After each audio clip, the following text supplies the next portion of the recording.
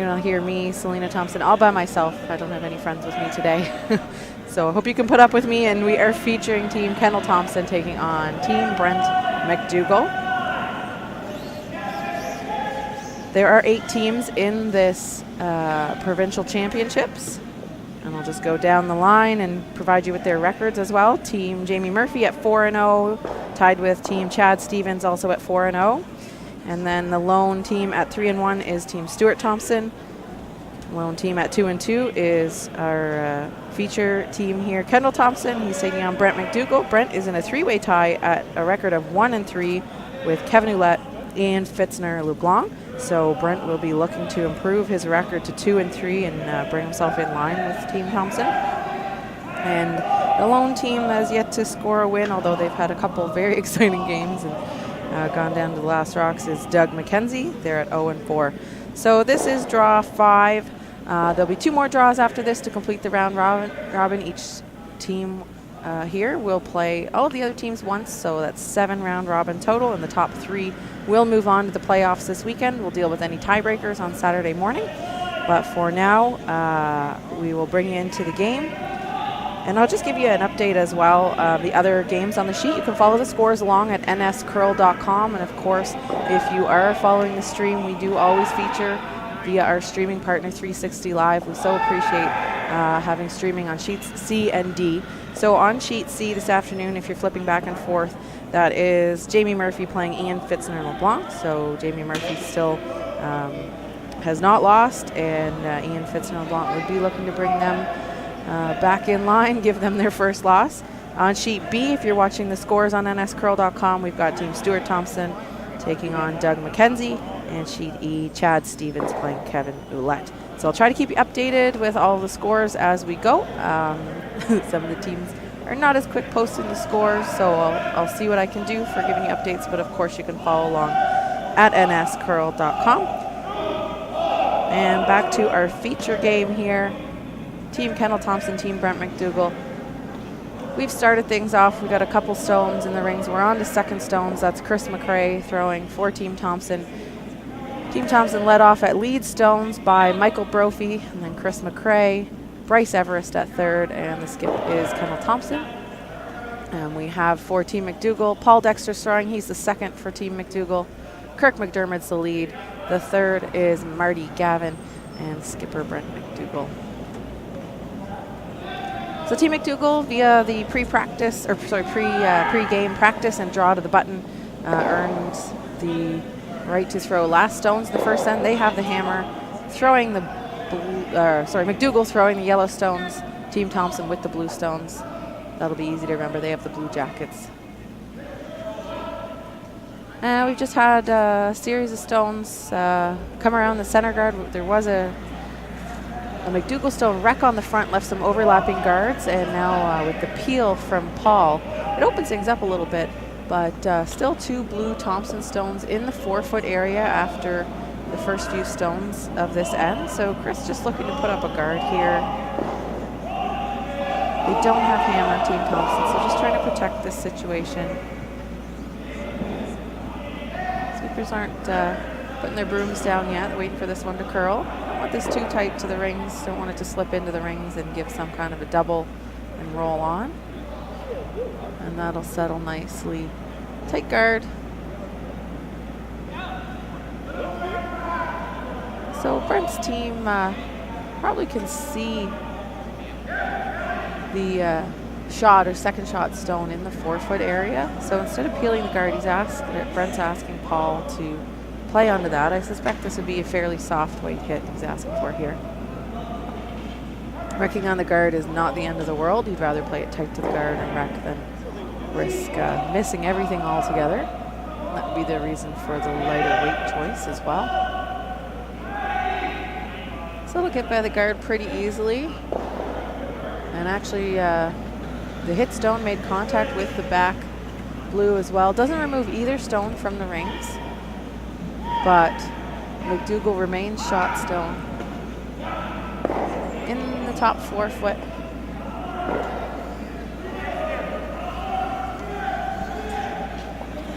And just wondering, I think, if what Bryce can see of that stone. We didn't see Paul's finish too much, so this is likely a lightweight here as we see Bryce Everest line up for his first stone this end. Team Thompson would like to sit 3 after this. They don't want to jam on the back.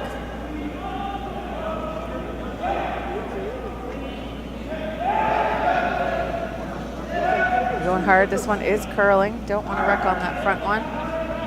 Get it around. And now the jam, though. Shooter rolls to a good space, but they actually don't know if they were so much worried about that jam. If they hit it on the nose or just made a little roll under, it wouldn't have jammed. But yellow did jam on the back blue, so it sticks around the back 8 foot. But now Brent has to deal with those guards that he hasn't removed. There were a lot of blue rocks in play, so I can understand wanting to play into the rings. Just seeing what Marty can see here. This will be Marty's first stone of the game.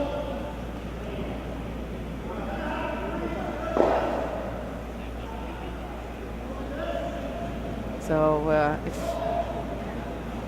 Team MacDougall can navigate this port, they have a chance to sit 2 here in an end where it wasn't looking great. That was a really unfortunate jam for Team Thompson. It was a fortunate result for Team MacDougall, but this one is all over the front. And the shooter stays out front, actually hit that on the nose. So the shot stone that was raised is actually guarded by the thrown stone. Maybe just a little bit down weight there, or fresh path in the ice. So Kendall can elect to hit the back 8 foot stone, but his shot stone is guarded fairly well by a MacDougall stone. So there's no sense playing around the back of the rings that probably won't come into steal territory. He's eyeing a steal at this point. So Bryce will play the draw. A little bit of a different path than draw to the button. It's out wider, so the team wouldn't have thrown this as much, if at all, in practice.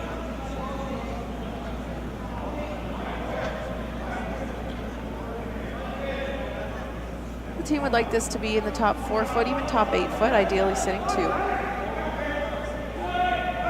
And so see if get this around the guard. It's really curling. Both of Bryce's stones have curled hard toward that guard. Just gets by, wow. Now they don't want it to over curl, so it's probably exposed on the center line side, but it's deep enough that there isn't a double on the blues. Brent's concern, though, is his ability to score. There's 2 blues in the 4 foot area right now, and he's not liking that. I wonder if he would run his Yellowstone back, try and run his own color instead of the blue. 2 guards out front, 1 blue, 1 yellow. Oh, he's switched and he's going to play through the hole, try and hit and stay. This is great if you make it.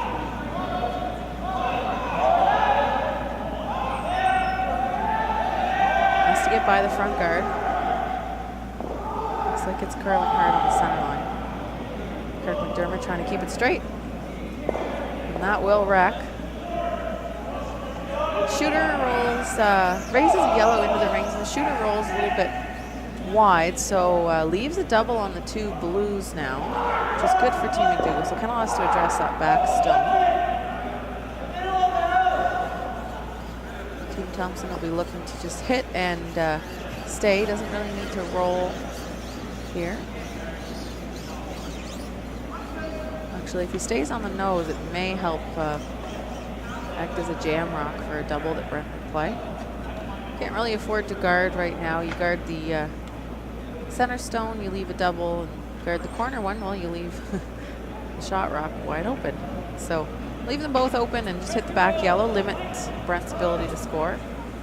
I think that shot turned out pretty well for Marty, even though it wasn't the one that was called.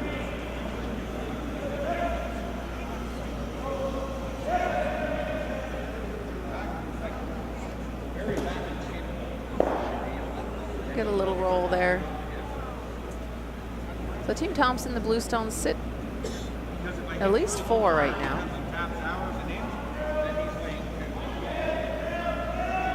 I'm no expert at judging who's 5th, but I don't think Brent's too concerned about that. He's going to hit the shot stone. Love to roll this slightly behind the blue stone at the side forefoot. If it's tracking and not curling, he could roll in front of the other blue. The idea here is to open up the button so that he can score on his last. It looks a little full of blue stones there, but there aren't any guards out front that are getting in way of the button. So for Brent, the ability to score is there.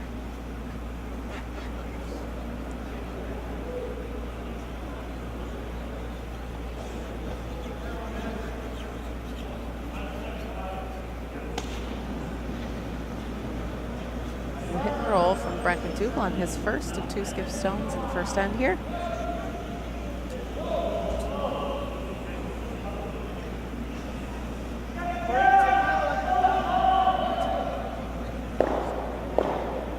Gets that one right on the nose, jams on the back. So now that yellow is going to be a little tough to remove for Kendall. There's a jam at the back, but I think if he makes the roll he's talking about, just to the side forefoot, even if this rock does jam, he'll still sit 4. He could just peel it out and sit 3 or 4, depending on those biters. The idea here is to leave quite a few blues hanging around, so that's why they're not so worried about the jam on the back.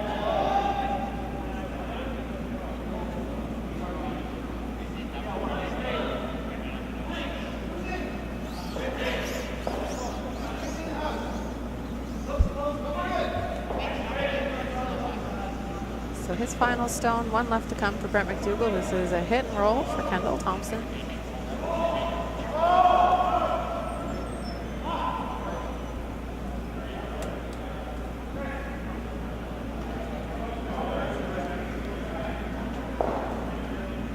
Avoid the jam on the back. The shooter will roll. It looks like it'll roll a little too far. It's not going to stick around in the rings. So the forefoot's open for Brent. He can hit the back one. It looks like that's the call instead of drawing. He could draw to the forefoot too, and you'll see a difference. Some skips will prefer to play the hit. It's the first end, and I suspect that's the reason for the hit call here. Brent can't roll too far though. Hits this on the nose and he'll be good. He doesn't want to roll too far, give up a steal. So this will be a nose hit for a single point in the first end for Brent MacDougall.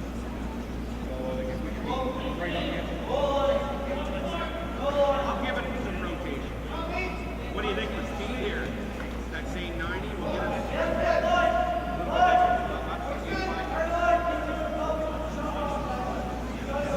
Last stone, N1, MacDougall, Thompson, looking for a single.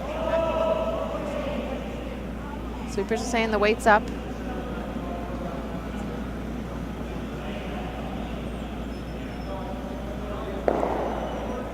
And that will stick around and looks like it's good for the single. So 1 yellow. MacDougall will lead by a single. Team Thompson will have a hammer in the second, down 1.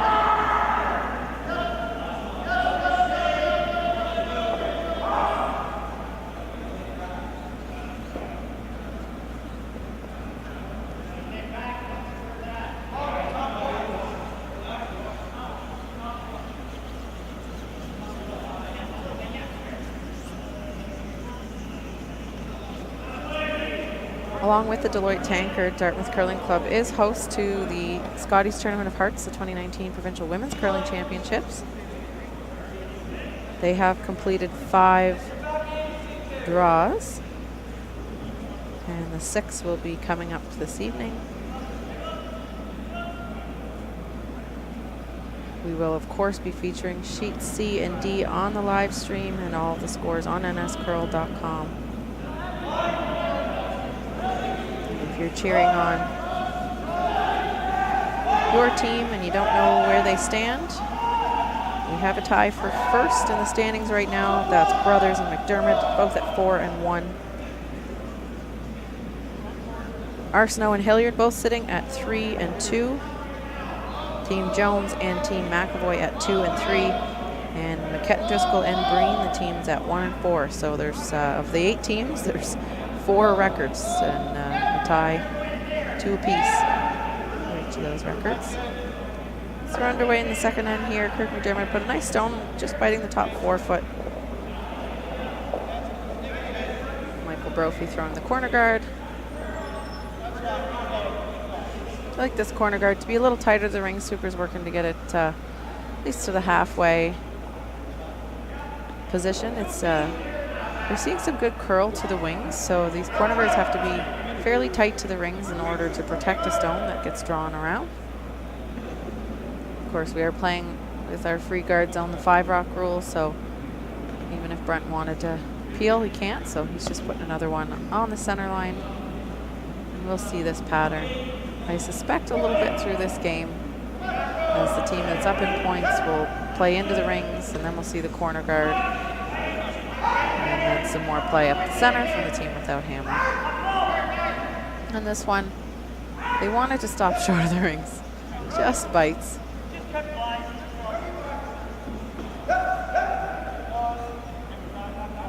So we are still within that 5-rock rule. So a double on those yellows. If the shooter stays out of the rings, actually neither of these blue stones can be removed. And that's why Brent would not have wanted that one necessarily to be in.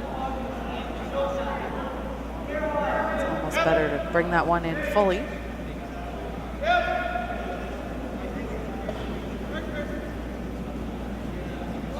This one's curling. They don't want this to roll in. Like to make contact with the back stone, and well done from Michael Brophy. That was the shot that was called.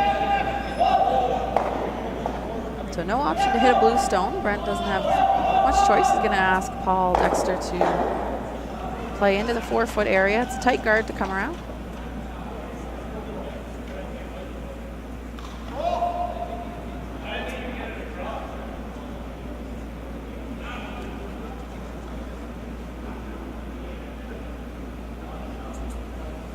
Kirk McDermott, Marty Gavin on the sweep.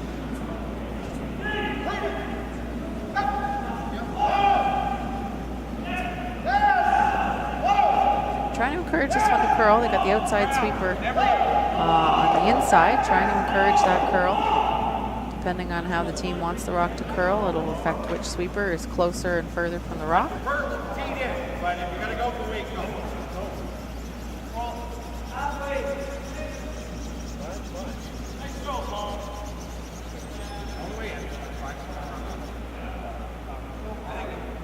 I think that one's accessible. Didn't quite come around that center guard, so Chris McRae has the option to hit.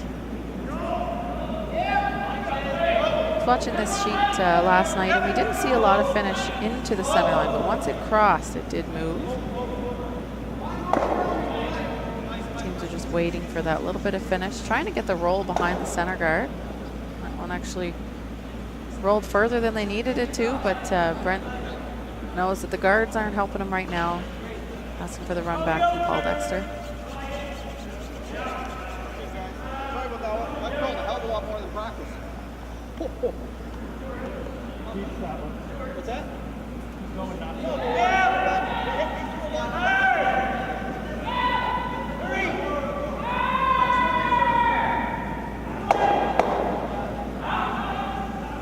Makes contact with the back stone. The raised one won't go out, but it is exposed on the other side of the rings.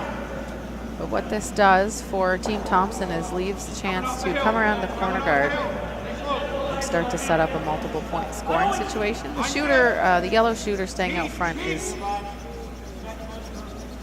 a benefit there for Team MacDougall. They can use it to raise later.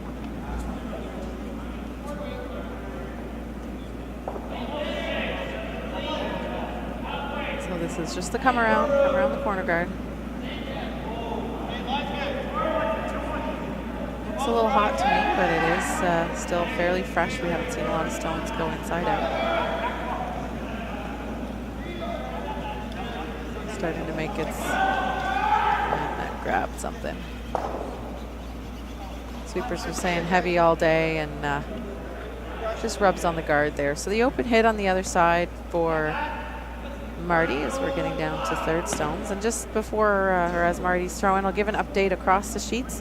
In the Mackenzie S. Thompson game, blank in the first end. Mackenzie will retain hammer. Jamie Murphy took a big 3 in the first on Ian Fitzgerald-Blanc. And likewise on sheet E, Chad Stevens with a big 3 against Kevin Ouellette in the first.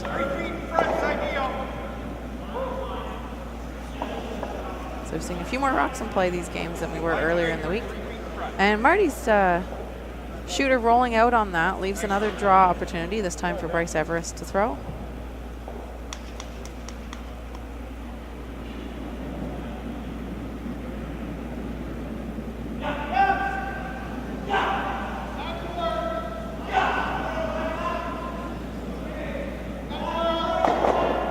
Draws the rest of the round robin finishing tomorrow and this evening for the women. We have a game at 7 o'clock tonight, and then men's draw at 9 a.m., women's draw at 2 p.m., and men's draw again at 7 p.m. tomorrow evening to finish things off. So if you are in the Halifax, Dartmouth area, come on out to the Dartmouth Curling Club. We're on Canal Street.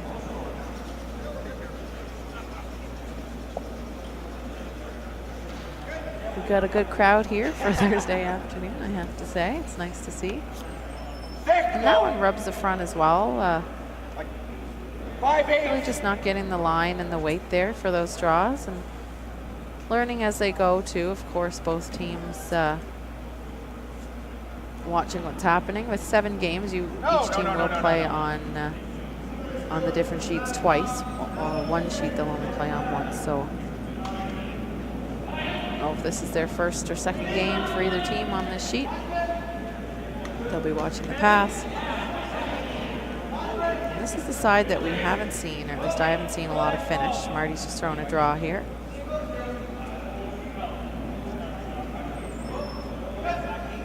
Oh, no, it's just a little heavy too. Gets right behind the guards though, but slides to the back 12 foot. So sort of a decision here for Team Thompson. They can go for it, and it looks like that's what they're electing to call, and come around. They could peel the front too and try and open things up.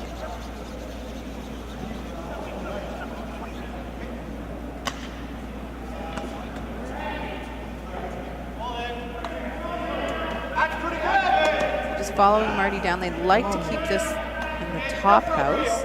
Don't want this to slip behind the tee line, and it takes away the end.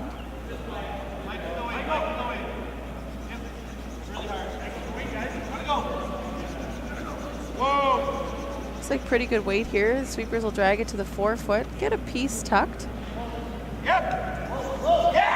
what Brent can see, if he can see enough to hit it. There looks like it's enough buried that he won't go for any kind of an up weight. Just play a draw, and if the weight's good, maybe a little draw tap. Try and get to the inside of the shot stone. See when he gets in the hack if he can see a little more than he thinks.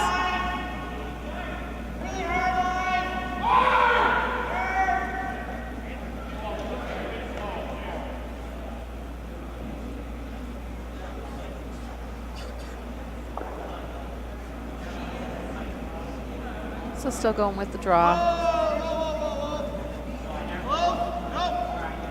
This will be the 3rd straight stone in this pass, so it'd be a little quicker. Sweepers would have been able to watch both Marty's and Bryce's yellow and blue stones travel down. I think we gotta go there.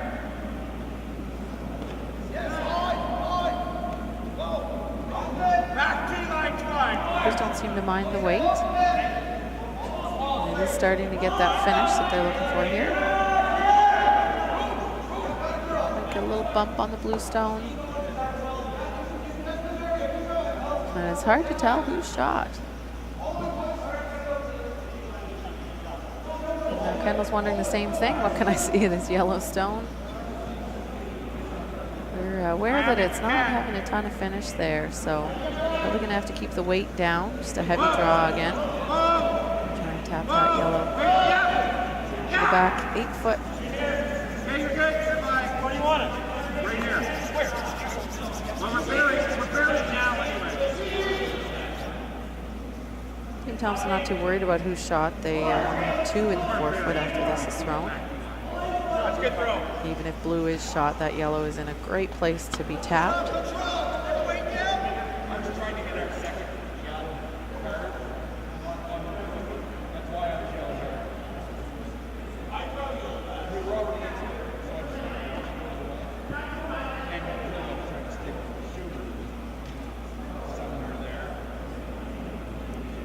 So a similar shot to what Brent just played here for Kendall. Yeah, Chris! Go hard, Chris! Hard, Chris! Hard! Good, good. That's nice. Where?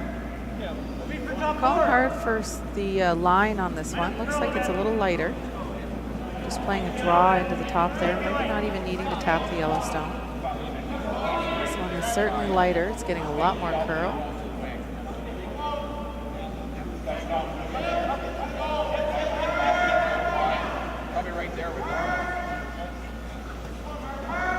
So I think they wanted that one a little bit deeper into the rings just to take away any kind of chip.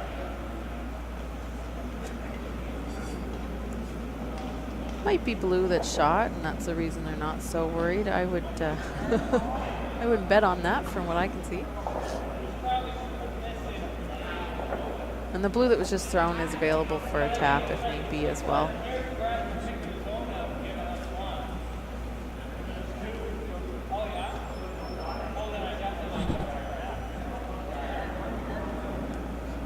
So for Team MacDougall, not a great way to get in. There may be a little chip on their own if they're not shot. On the wide side, they risk opening things up, though, for a multiple scoring opportunity if they were to ever touch that top blue and not their yellow.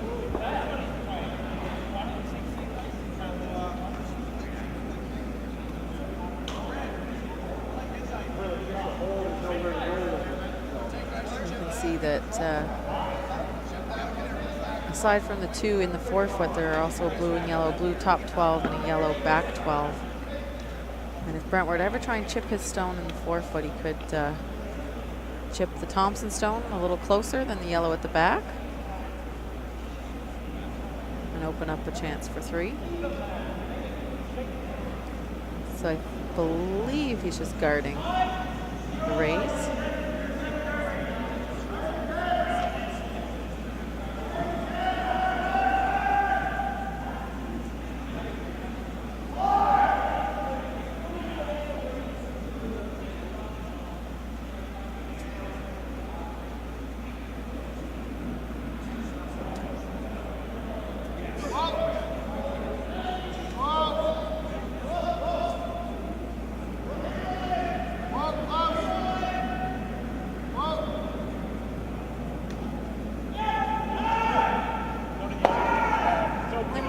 Just to the chip, I thought they were calling a guard, but yeah, looks like just guard weight.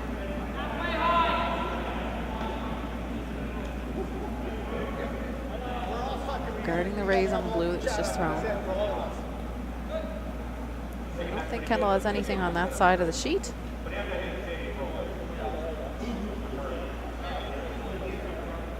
But can you draw through the port? Not very wide. But if you get through the port and the weight's good, there is a shot there for the second counter. I'm going to assume that blue is still shot at the back. Call this top 4.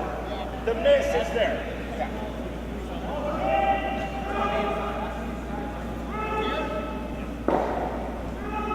I feel like if yellow were shot, blue's or Kendall's first stone there would have been a little bit of a different call to try and get themselves into shot position. So this is a draw for what we all think is the second point here for Team Thompson. Need to navigate a tight port and have perfect T-line weight. So we'll see if they can get that by.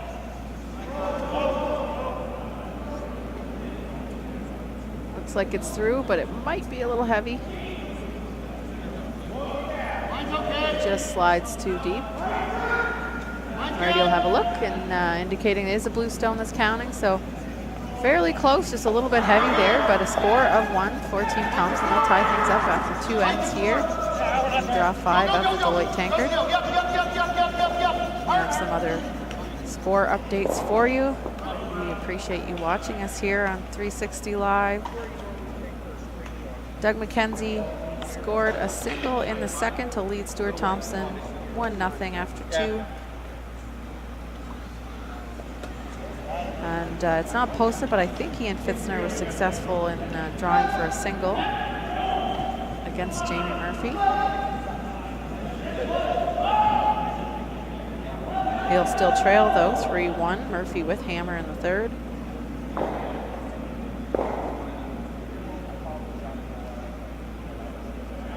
And we've got Michael Brophy starting things off here in the third end in our feature game on sheet D.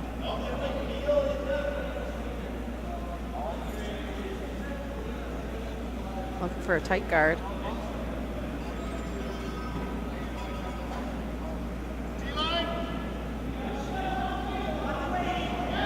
Teams really do have a style, so tie game. I'd like to get rocks in play. Neither of these teams, as you probably have noticed, are scared of lots of rocks in play. So the guard on the first tries to force a few more rocks in play.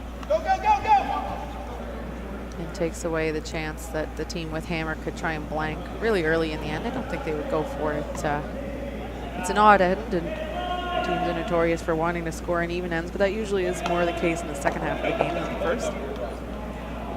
Scoring a couple in the third end would be great for Brent.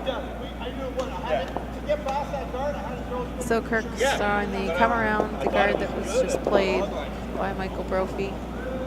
I like this one to stay in the top of the rings. Looks like it's just going to slide to the button. Well, that'd be pretty good for their draw to the button for hammer. Good shot from Kirk. Yeah, let's start off. We've done ourselves a hole, but we've been here before. We've got to finish this game off, all right? We're not sharp. All four of us are not sharp, all right? So here comes the freeze attempt from Michael Brophy. Needs to add a few feet but he just threw for a guard, and I don't think the sweepers are wanting to touch it.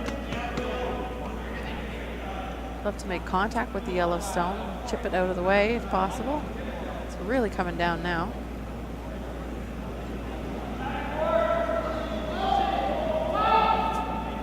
Doesn't quite come up to the nose. Might still be partially tucked, but there is a good freeze opportunity again from Kirk. If he can throw a similar shot to his first, he'll be in a good situation here for his team.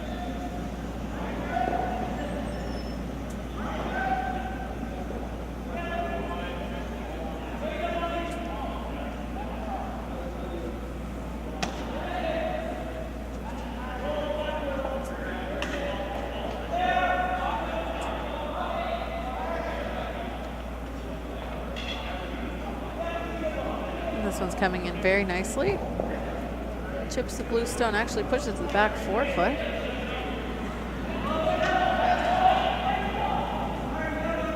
Over team MacDougall. None of their own guards out front, but positioned well in the 4 foot. They didn't want to push the blue stone quite as far back, actually wanted to use it as backing. There's likely a hit play on these yellows. Probably will, if it's made well, clear all the stones in the rings. I don't know if Chris McRae can see the whole yellow stone he's trying to hit. Might have to be pretty close to that guard.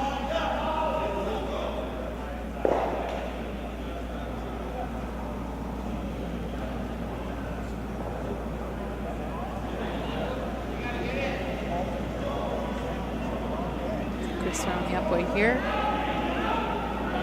Pretty close to that guard, but this one is wide. Really get anything, just his back one.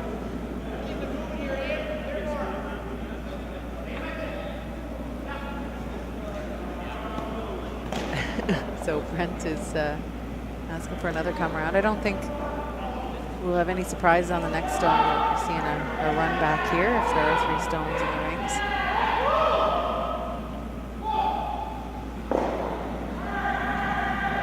I don't mind the idea of drawing to the wide side, just leaving something sit open, kind of preserving your center rocks for the time being. We are still only on second stones.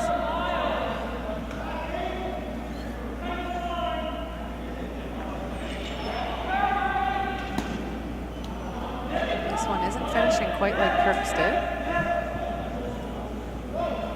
Light and didn't finish. A little surprising there. So instead of the run back, I think Chris will have the opportunity to play a hit on the yellow that was just thrown. It's not covered fully by the guard or at all, although Chris is throwing from the other hack. He's left-hander. The ice a little tighter than last time. Anticipating this will run just as straight as the last. And removes 2 of the yellows. Shooter will roll over to the side. Still have the guard out front, but looks a little more friendly for Team Thompson. For Team MacDougall, that's all right. We're still sitting 1. There's still a guard in play, so let's play again. So I see Brent calling the side, the open draw. That was what I mentioned on the last shot. I like this call. I think if you come around the center, you're really forcing the run back issue and might get another double like the last one. So I like this in order to just, be happy, try to get 2 points, and you might get an opportunity for 3.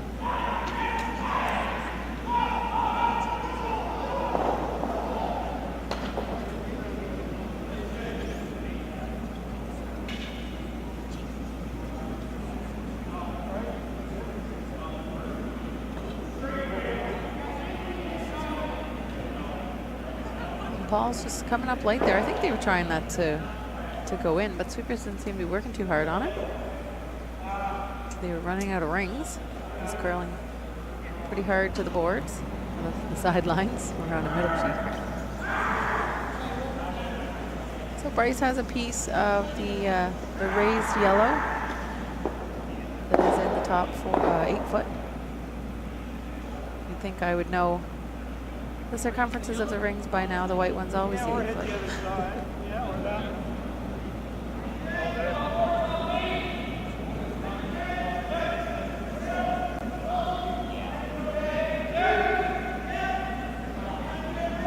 This is a soft weight hit. Bryce couldn't see the whole thing. Want to get this by the guard. Just gets by and actually gets to the nose. Good sweeping there from the front end.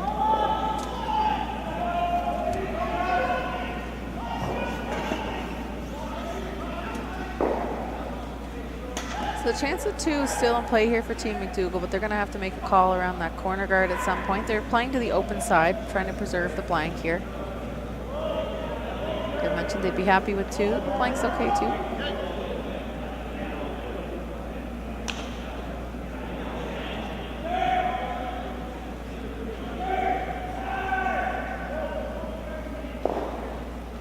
So they make contact, remove the shot stone, roll the shooter over to the side. Good result from Marty Gavin.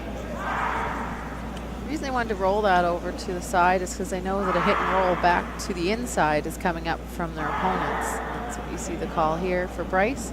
Hit and roll, try and roll behind that center guard. This would be to try and get a force.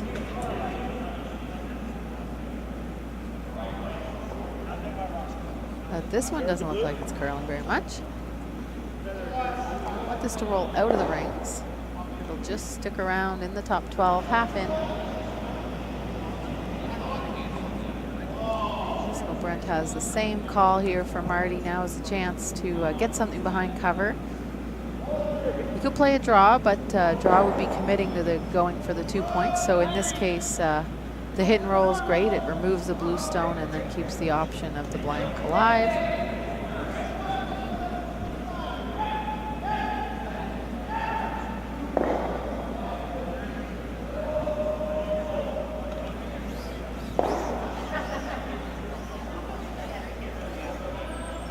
Doesn't quite roll to the center, so it's a little bit of a back and forth here. These 2 teams trying to figure out what weight and what line for that hit and roll behind the center guard. This is a pretty similar path to where Bryce threw, so I think probably just lowering the weight.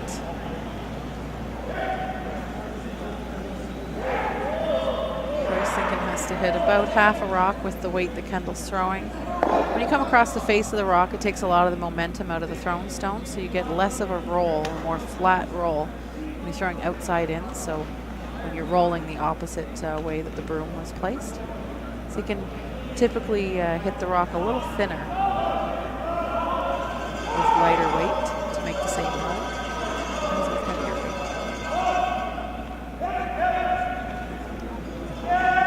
Got the line going on this one. Sweeper's working it. I'll try and roll behind the center guard. I'll roll a little bit too far. It'll be a very frustrating game. Both teams having difficulty just figuring out where to put the broom or what weight to throw there. So we're opposite side of the sheet. Now it's Brent MacDougall that'll be looking for the hit and roll behind that center guard.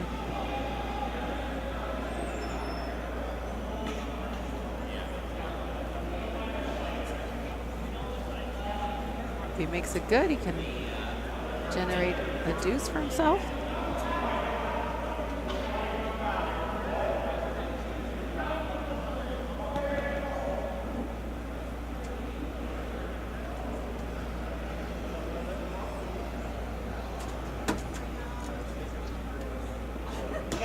So in his first in the third end, this is Brent MacDougall throwing the Yellowstones.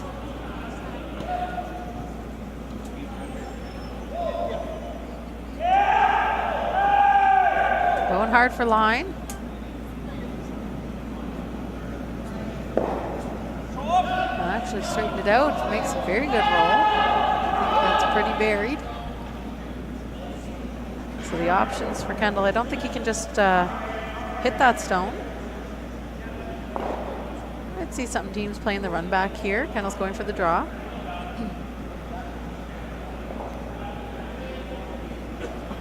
The first made roll, I'll end, I think, there from Brent, so he'll be happy with that. Good shot.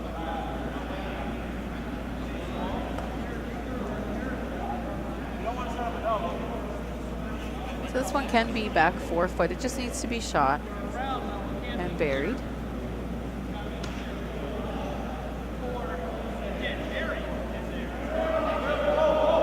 Sweepers, as always, responsible for judging the weight, although this one is not curling. They need to get the finish. Now, watching a couple games ago, I did see some really good finish in this spot, but you had to have perfect sweeper's weight. And that one just a little heavy. And that's, I think that'll leave Yellowstone shot rock. So this will be a draw for 2 for Brent. You can just follow Kendall down, have some backing. You never like to use that backing in case it means you throw it heavy and wide. But just a straight draw for the 2 points here. And all that made possible by one hit and roll. And a slight miss from your opponent.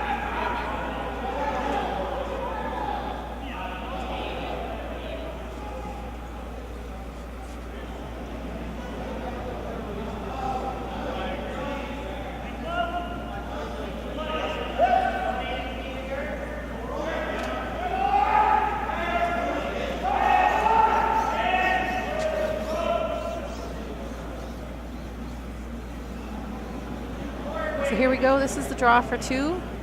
Brent's been tentatively waiting for all in, trying to keep the blank open, but he has the opportunity to score 2 here.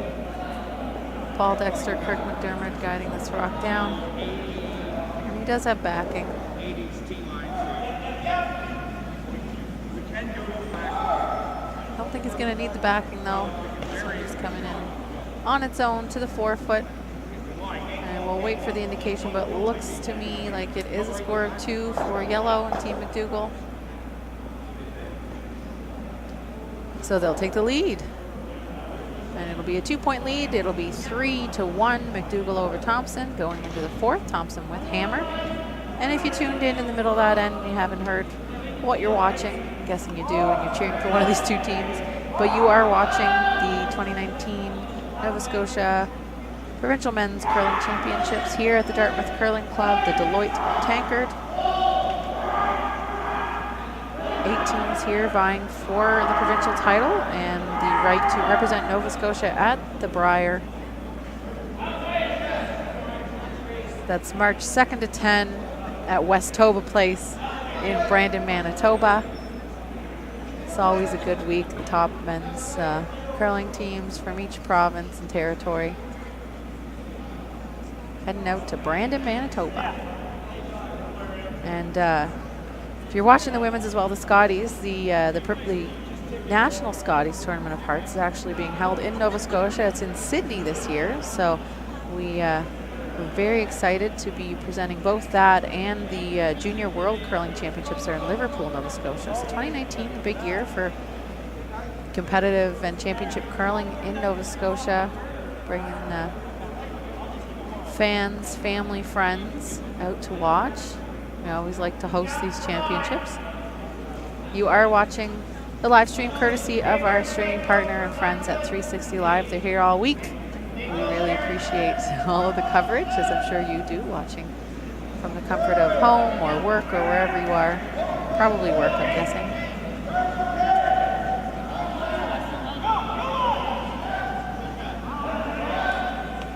So as we see the first couple stones set up here, Kirk McDermott coming into the 4-foot, Michael Brophy throwing up the corner guard again. I'll just give an update across the sheets as we do see the third ends posted on two of the other sheets on our other feature sheet where you can flip over to watch the stream. Jamie Murphy with a single in the third to continue leading Ian Fitzner-LeBlanc. It's 4-1 for Murphy. And a score of 3 in the third for Stuart Thompson. He'll lead Doug McKenzie 3-1 after 3.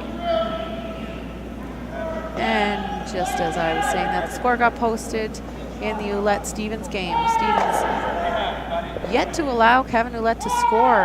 It was 3 in the first, and then it steals of a single in each the second and third ends. Chad Stevens leads Kevin Ouellette 5-0 after 3.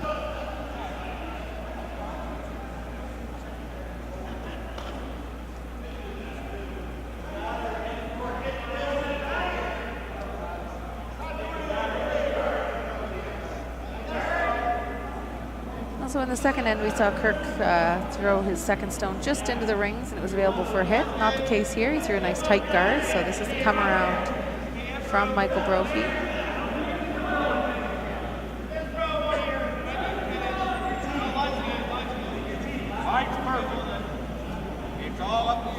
This one looks like it will start to take its finish. Bryce Everest helping it along, trying to get it buried behind that corner guard. Looks like it is pretty well buried.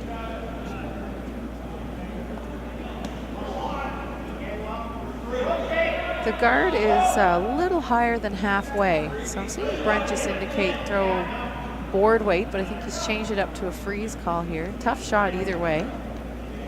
Paul Dexter, we're still in that 5-rock rule free guard zone, so he cannot peel the corner guard. He could rub it, tick it over, wouldn't be the end of the world.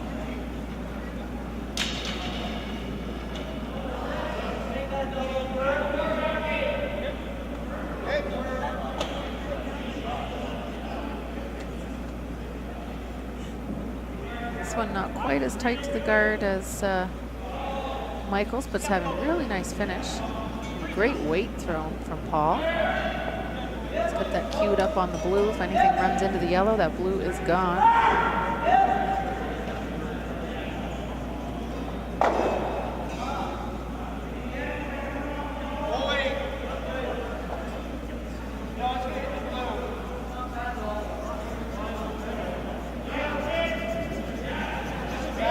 And so for Team Thompson, not loving the situation there, but there's not too much they can do with that one that Paul just threw. So we're looking at a hit on the rock that's biting top 4-foot. Try and roll behind the stagger situation, which would protect the thrown stone, the rolling stone. I think I just figured out my name for my next fun curling team, Rolling Stones. I'm making myself laugh because there's no one else here with me. Thanks for joining me, folks. All right, so this is the hit and roll here from Chris McCrae. It's hanging on the center line. They need it to curl.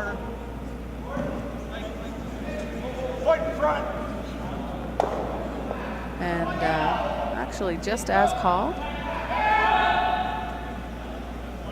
So now that yellow stone that Paul just threw is causing a bit of an issue.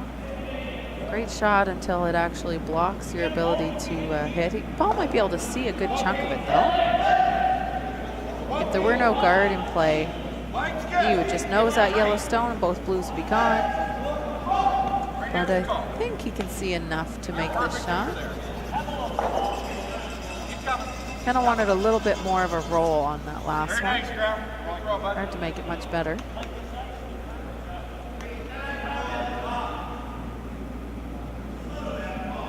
I think if you hit this very thin, it just goes into the side blue, the farthest blue. I think we need to come up more to nose, but that is almost buried, that yellow stone.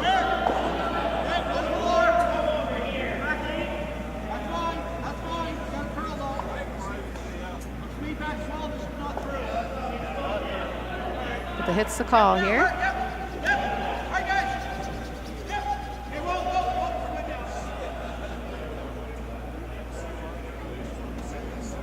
They'd really like to make contact with the stones in the rings. Don't really want to flirt too hard with that guard. If it peels out, there is an open hit on the yellow to the blue. So this one's by the guard. And really thin on the yellow. I think that's about as best, the best Paul could do there, hitting it so thin. Nice throw. So blue remains sitting 1, Team Thompson sitting the 1. And playing a come around again, actually a come around freeze, and this is to try and get a staggered situation. I could call Bryce to come around the center guard as well, although we haven't seen a lot of finish there, like I was mentioning in the second end.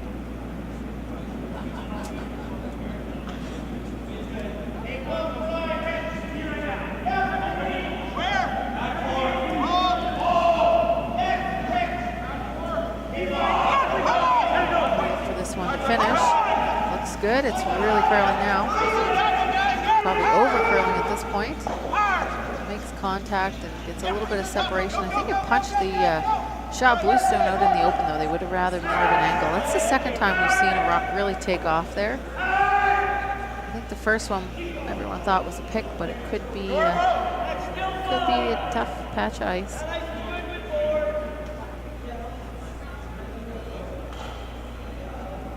So this is an open hit for Marty Gavin.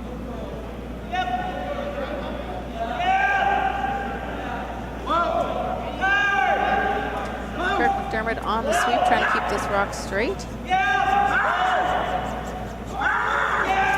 can roll behind the center guard, that's great. Gets a little roll, not fully behind.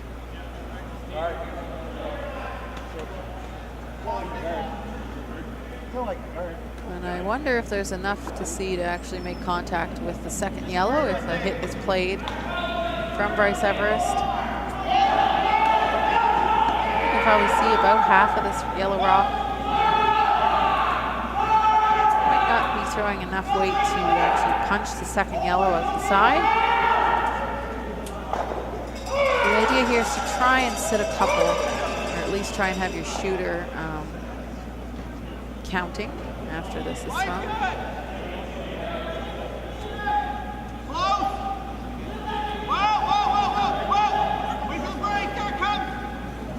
We need to be pretty tight to the guard on this one.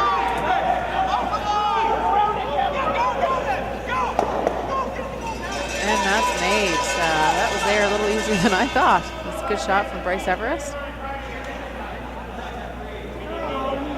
It's been a neat sequence of shots this end. Guard. 4 freeze.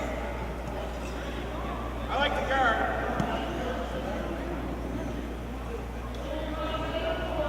Well. So Marty Gavin up again. He has the same hit and roll, really.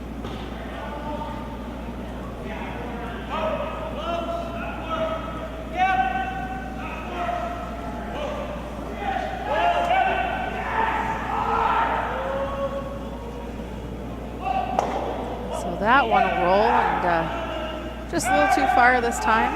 Again, like in the last end, pretty tough to make those rolls perfectly.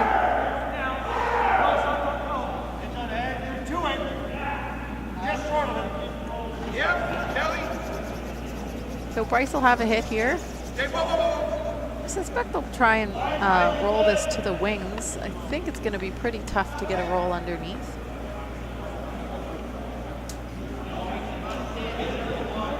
Really want to only roll it a rock to the wings if that's the case, though. Give Brent a chance at the same hit and roll. But they are calling the line like they are rolling underneath.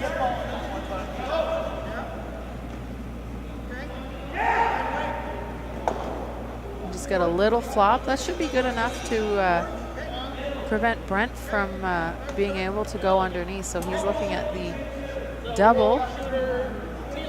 I'm pretty sure this blue stone is buried. Might be able to see a sliver from the hack. You don't have to hit a lot. It's a thin double.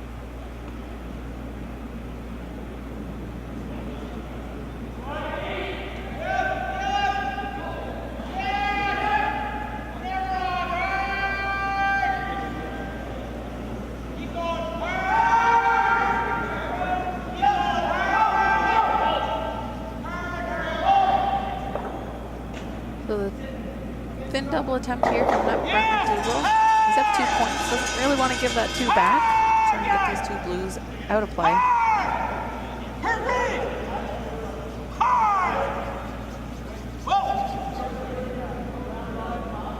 So let's see if he can get by that guard.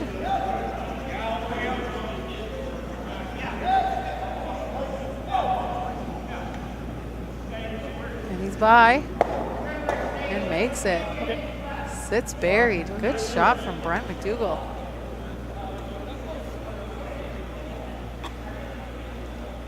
He made that look a lot easier than I think it was. So instead of playing the run back here, Kendall's going for the draw, trying to get his 2 this way. He has 2 stones remaining. If he can get this thrown stone in the 4-foot. Try and make it hard to remove. Doesn't have a play on the other side of the sheet. The corner guard's in the way.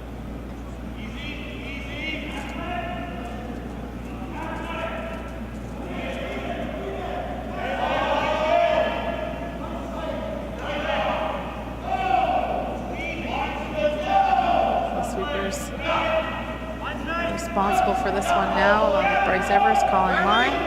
Broke through Chris Craig. Going for line on this one. They are getting the finish. Looks like a sweeper's weight at least. Might be a little light. Rubs the top. Just rubs the top. That looked like very good weight if they could have gotten that by. Brent doesn't have much choice. He's just going to hit.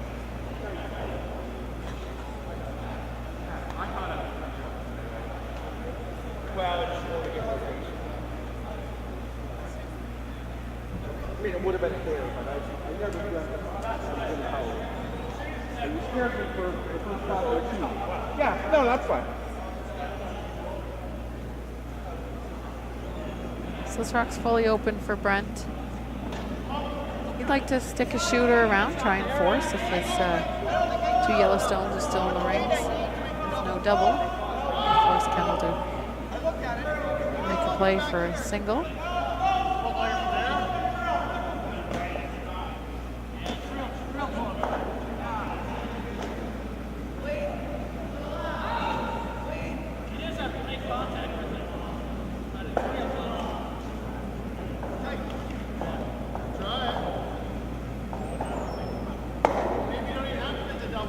Shooter's gonna roll.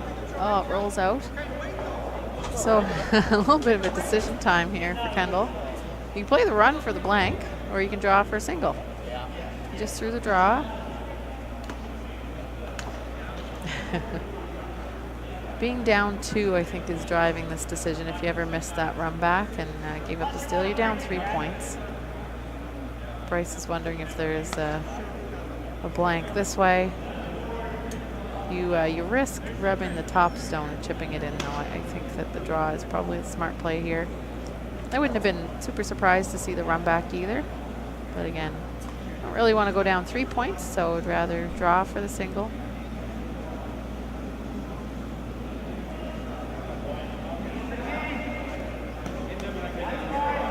This one looks a heck of a lot stronger to me, but the sweepers don't seem to mind it.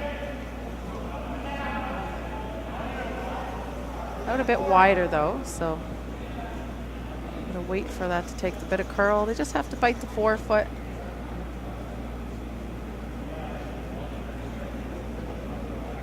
And that will sit in time, so good for the single. So after a disappointing first shot, wonderful double from Brent MacDougall. Kendall Thompson forced to draw for the single. They will trail now, 3-2. Brent MacDougall will have hammer up 1 in the 5th end. After this end, we will have a 5-minute break. The teams will have a second to rest before the second half of the game. Or do we just hit wide? And we do have some other scores posted.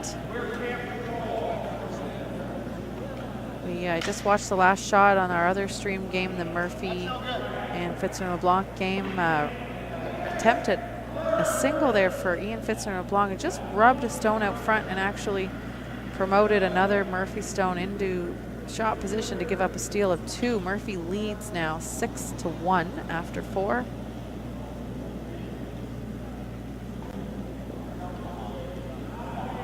And Ian Fitzner-LeBlanc actually losing in an extra end last night. Looked like he had made the shot and actually had a very unfortunate pick on his last night to lose that one to Brent MacDougall.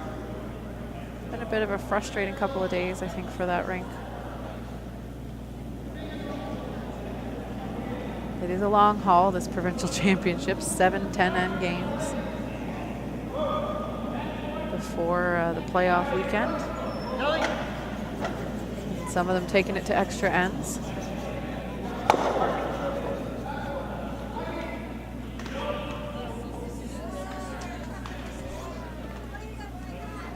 And I can see, I was just taking a look over the Mackenzie-Stuart Thompson game. Doug Mackenzie versus Stuart Thompson. A big steal of 3 in the 4th for Stuart Thompson to lead 6-1. So that's 2 games on the ice right now with scores of 6-1. So those are 5-point differentials. And then, of course, the Ouellette-Stevens game, they're still playing the 4th, but Stevens up 5-0. So we've got the tightest game out on the sheet, a 1-point game.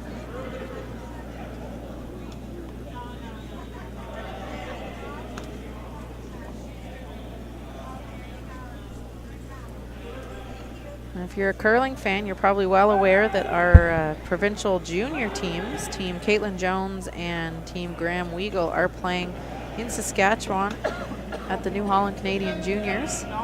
They're both in the championship round.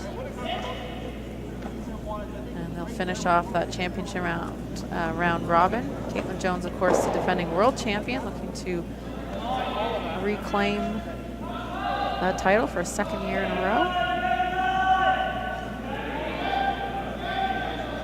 Team Weagle, it's their first time at a junior nationals.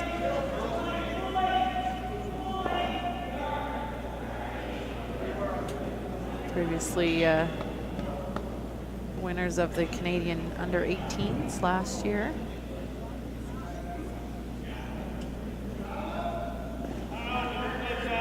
So game plan here, Team Thompson, they're not messing around. They've got 2 center guards. Kirk McDermott put 2 in the rings, 4 Team MacDougall, 1 back 4, and 1 just nibbling the top 4-foot. Chris McRae being asked for the come around into the 4-foot area here. And I think we'll start to see some hitting from the MacDougall rink.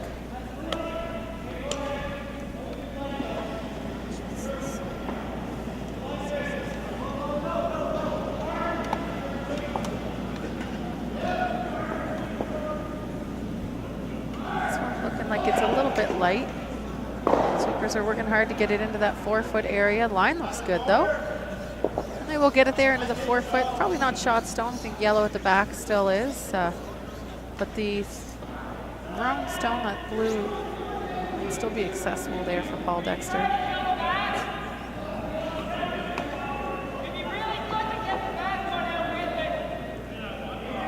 I'm a little surprised. They could call the peel here too. Up 1 with hammer.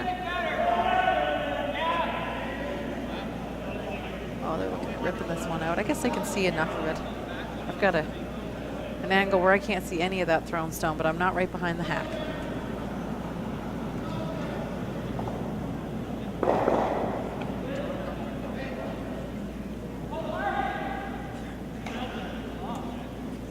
We're waiting on the line for this one. just makes contact. Shooter rolls out, but so does the blue stone. I think Chris will be throwing the same shot again. Chance to make it better.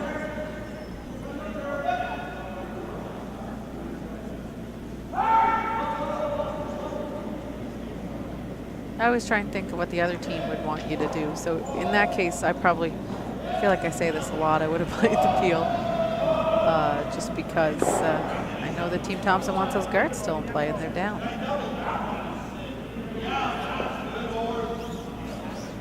This one is hanging wide. Chris probably threw a little more weight on it. It's not taking the curl yet. We are seeing finish if the weight is appropriate. This one will come up. It'll make contact with the back yellow, but roll to the back 8 foot. Not shot, not even second shot, it's third shot. So Brent looking to tie things up here. Put another yellow stone in that 4 foot area.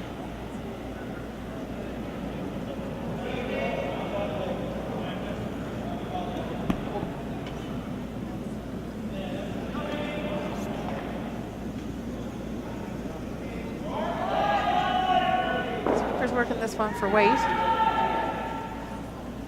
and that's taking the curl. A lot more curl than Chris's did. It looks like it might be on the guard or a little light. So that'll complicate things for Team MacDougall if this stone here can be placed in the 4 foot for Bryce Everest.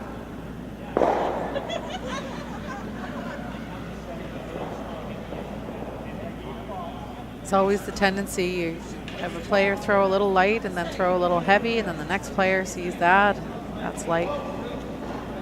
That's why all the players are watching the speed, the rocks going down the sheet for both teams, not just their own.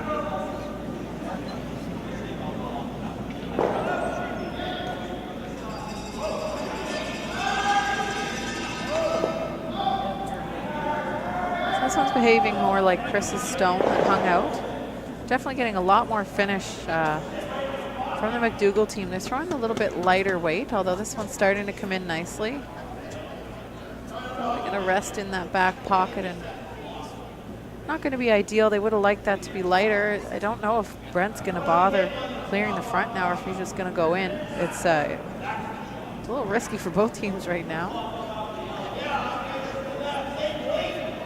Team Thompson's okay with a force. They're down 1. If they force here in the 5th, they will have hammer in the 6th. And I think at this point, Brent will be okay if he can score 2, try and get a good one in here, and maybe have a shot for 2 on his last. But we're starting to get a very full house.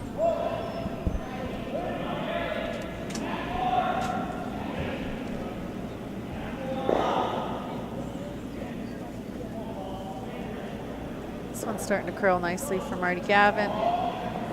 Goes to the back, just behind the tee line though. Blue is second, yellow is shot stone, the thrown stone. So because that stone is behind the tee line, Bryce does have the same shot. We just, the team would be hoping to see a little bit more finish than they have been getting for their throws.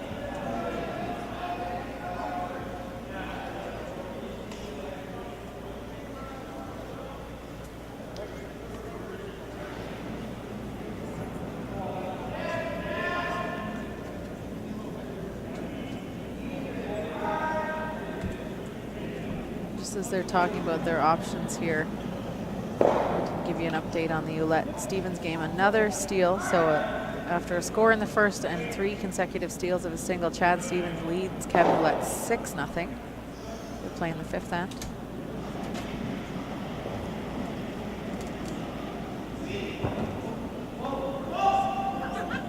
So I think they've gone back to the draw here. I like this choice. I think that's their goal for the end, is to force Brent to a single or potentially steal. And this is the way to go about it. There's not a lot open on the other side of the sheet. The high center guard is in front of everything on that 4 foot on that center line. This one again, hanging wide. We'll wait for it to start to take that movement.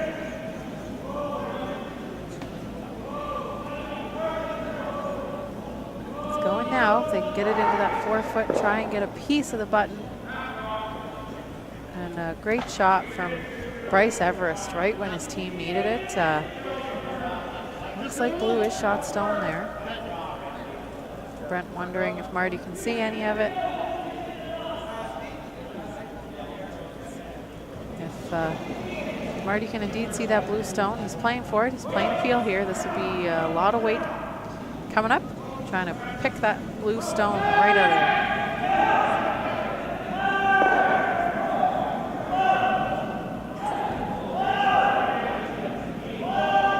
By the guard, and just gets it. Wow. Right out of there.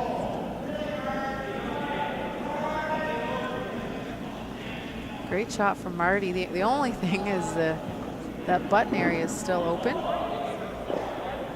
And then Bryce looking at coming the other way, I think. I don't know if they know the line for that, and they wouldn't have any backing. Same shot is still available that Bryce just threw. What a pick there from Marty, though.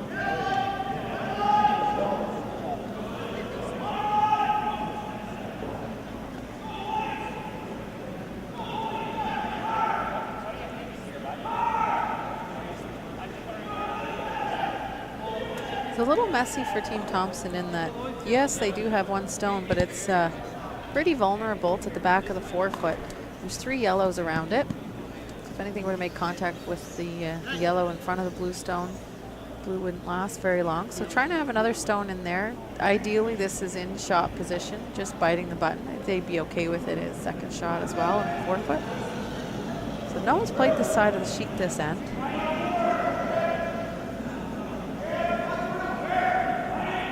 They did play this way in the 3rd. Working this one to get it by. It is curling.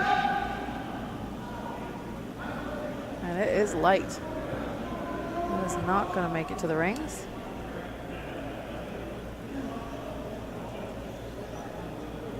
Sweepers knew that was light out of Kendall's hand, but there's not much you can do. Sweepers can help you with a few feet, but not 12.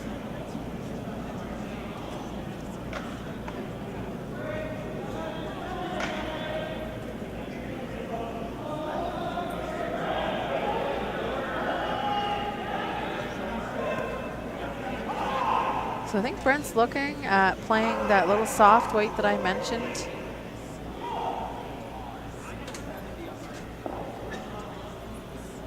And when I mentioned that leaving those rocks out front can be risky, this is where it pays off when you get a good shot out of your 3rd and you got to miss out of the other team.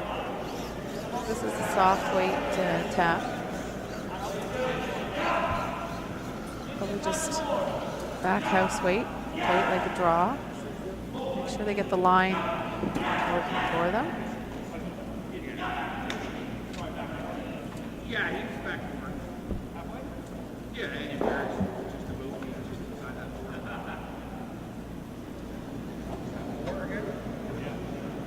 So Brent's first of this 5th end.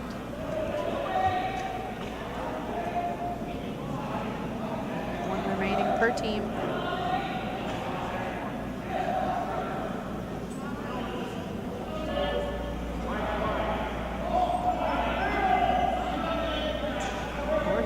Get this one to curl, make contact. It does make contact. 4 yellows in there, and I think the blue's bumped back enough. Yellow definitely sits 2, maybe even 3. Is the draw pocket there, though? Brent's shooter rolled a little bit to the outside and might have left a little bit of room for Kendall to get a blue stone right in that button area. Might have to use that yellow stone to rub off of. Just talking about what ice to give. Kendall's probably throwing a tiny bit extra weight, so it looks like they're tightening up the ice.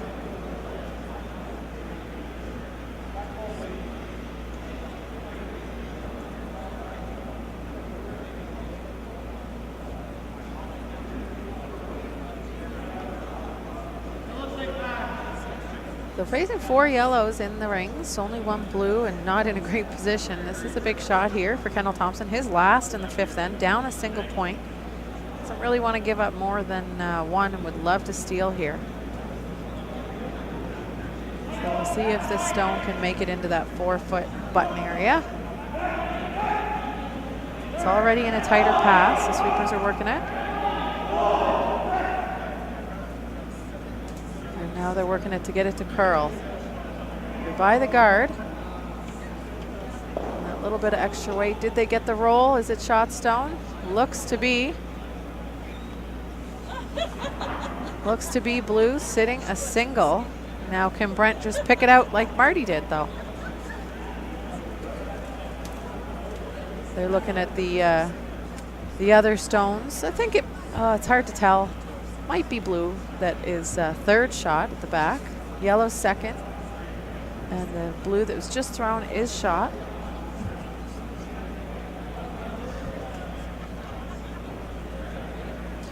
Wonder how much of that stone Brent can see. Marty threw the pick and made it.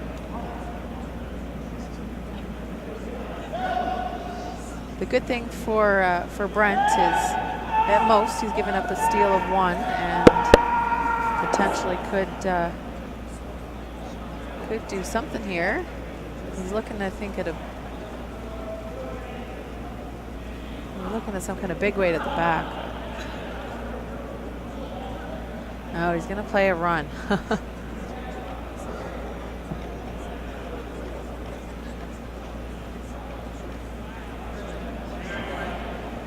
So going to hit this. I think we're going to have drag effect here, though. I think they're wondering if thinking that the blue will run back onto the yellow, into the blue, and leave yellow with a pile. But I think if Brent hits this how he wants, we'll probably get the second guard to drag and miss everything. But we'll have to see. I think so. That's what I said. A little bit more discussion here.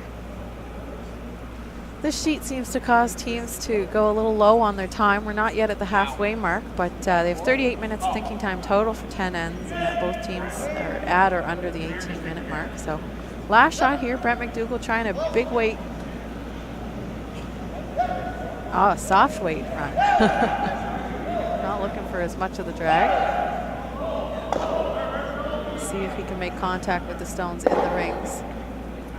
And that will go over the top. So it looks to me like a steal of one, and we will see a tie game here in the Thompson-MacDougall game at the 2019 Deloitte Tankard here at the Dartmouth Curling Club. Catch you back in 5.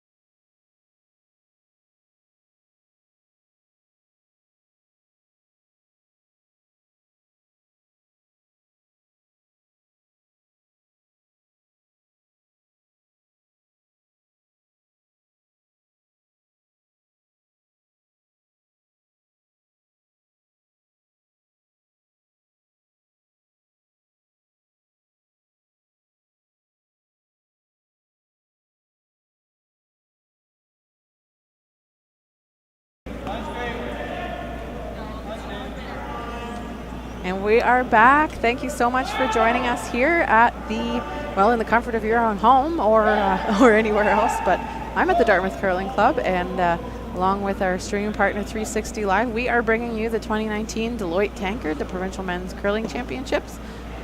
The Nova Scotia champion will represent our lovely province at the Brier March 2nd to 10th at Westoba Place in Brandon, Manitoba. We're on Sheet D. My name's Selena Thompson, and we're bringing you Brent MacDougall versus Kendall Thompson, and it's a tie game after 5. We've got a few other games out, 3 other games. There's 8 teams, so there's always 4 games on the sheet. It's a round-robin format with the top 3 advancing to the playoffs. And we do have we have the tightest game out there. We've got Jamie Murphy leading Ian Fitzgerald LeBlanc 6-2. Stuart Thompson leading Doug McKenzie 6-3. And Chad Stevens, he's been on a steal mission. He scored in the first and stole the rest of the ends. He leads Kevin Ouellette 7-0. We're all tied at 3. Brent MacDougall has hammer here in the 6th end. It's been a very interesting game so far. Lots of rocks in play and some great shots from both teams. At the center guard go up for Team Thompson. A little surprised. I saw the call to the house instead of a corner guard for Team MacDougall. I thought Kirk McDermott would put a corner guard up. That one slipped a little deep into the 8-foot, and then a corner freeze on that back stone from Michael Brophy. So Kirk's up again, trying to put this stone, this yellow stone for Team MacDougall in the top 4-foot behind cover.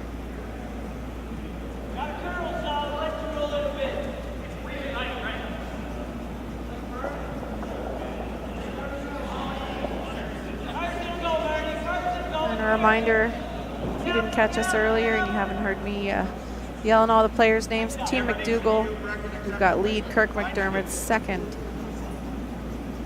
Why am I mixing them up? Paul Dexter, sorry, I'm looking at the wrong person. 3rd, Marty Gavin, and then the skip Brent MacDougall.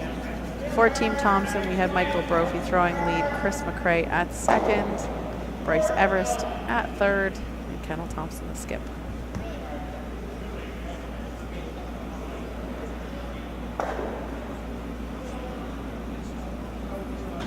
So Kirkstone coming up a little light there. Chance to force here for Team Thompson to get these stones. I think they're okay with this situation, playing around the center guard. They'd be happy that there's no corner guard in play. For this one to curl, though, this spot has been notorious for waiting for the finish. If you don't throw that sweeper's weight, it just doesn't get that finish. That'll come up just to a blue stone in the back 8-foot.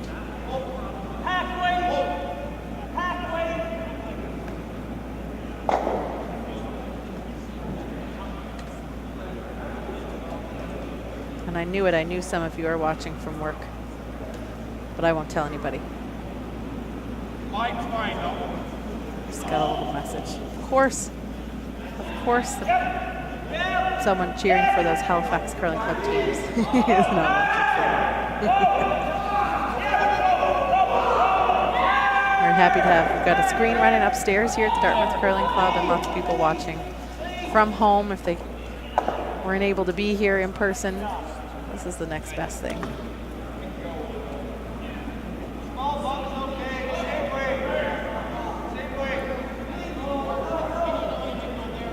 So another freeze tap there for Team MacDougall. They're probably pretty happy. They've got 3 stones in the rings, although only one of them's above the tee line. So it's a little bit of a draw and a freeze game here. Team Thompson really looking to shut down this scoring area early on. With that center guard being left out front.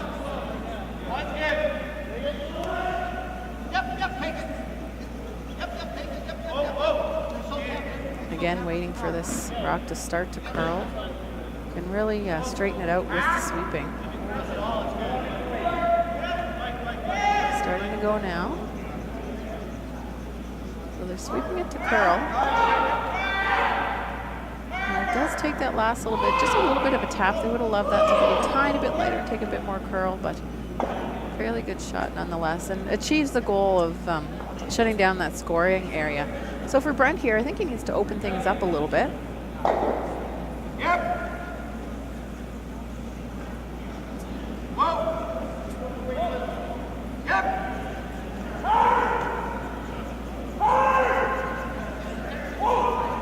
So that's the call here for Paul Dexter, throwing second stones.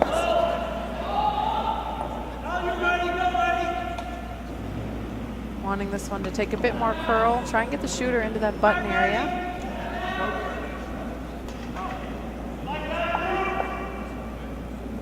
Doesn't get to that inside either. The shooter will stay.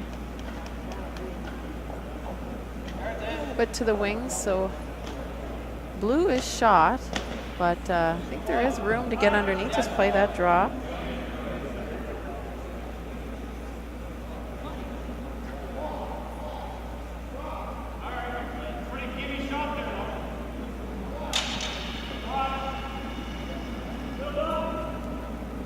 So Bryce Everest here.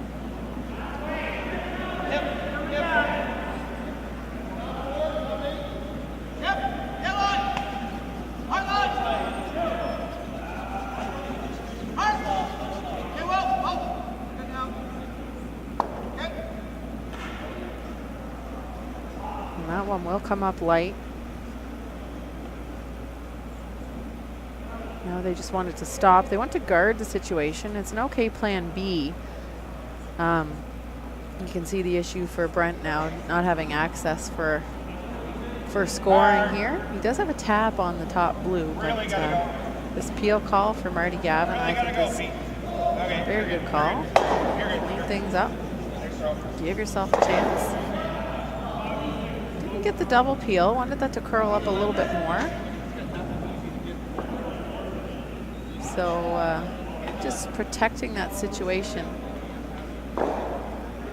is the goal here for Team Thompson. They don't need to do anything with the yellow stones, although they're probably not loving that the yellow is the one in front of the tee line.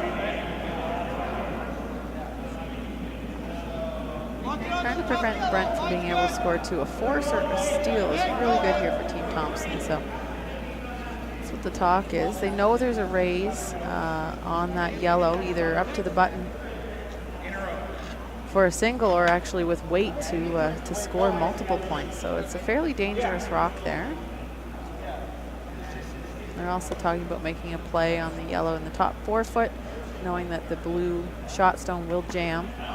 They can leave the shooter around. I like doing something with that top yellow. I don't think that's helping Team Thompson at all. I think a hit and roll, try and leave the shooter around, hit this on the center line side.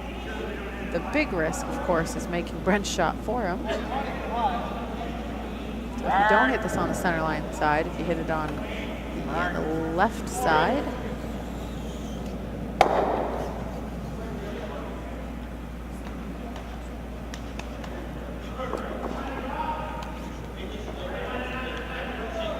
so that's the call here.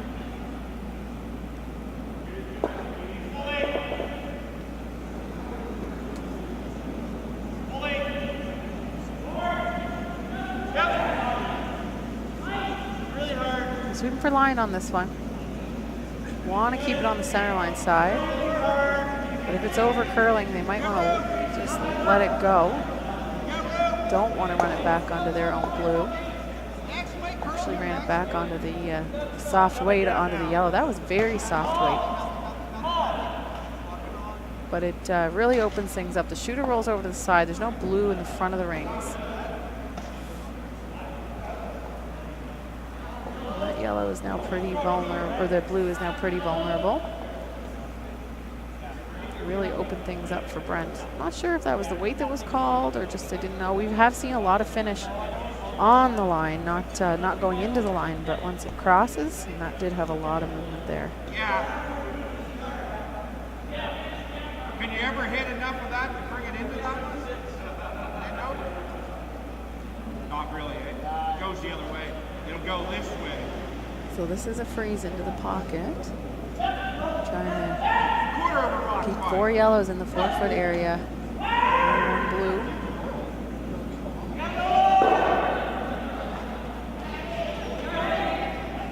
It's a pretty big pocket to come to.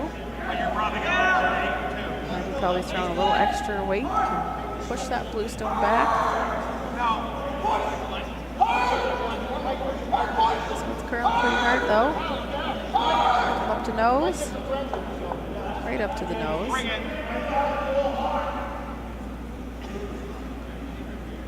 So it's a lonely blue in that 4-foot area. If that gets pushed too much further, there's 4 yellows there. Kendall and Bryce looking down to 2 stones apiece for these teams.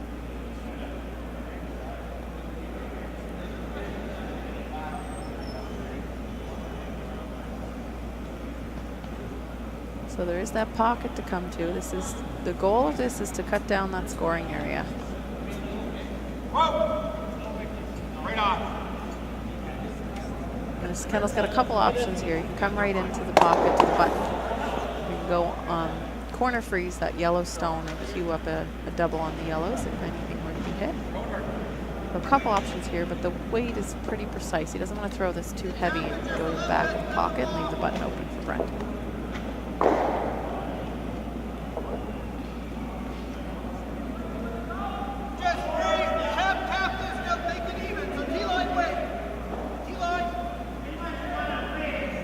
Facing a lot of yellow stones. Tie game. Team Thompson does not have hammer here.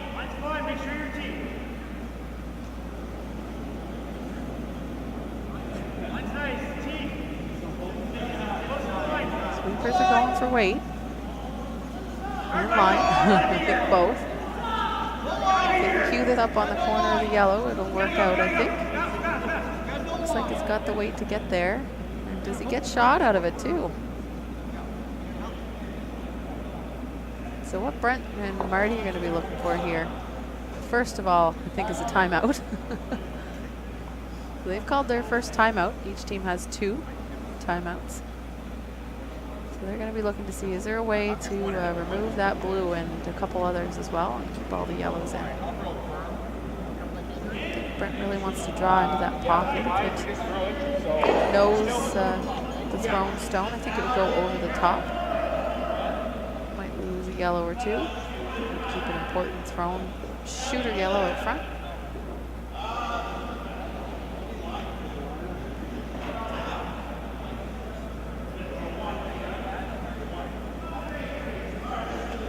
And Brent doesn't tend to be the kind of curler that throws a ton of weight, so I suspect he'll be more comfortable with a softer weight shot.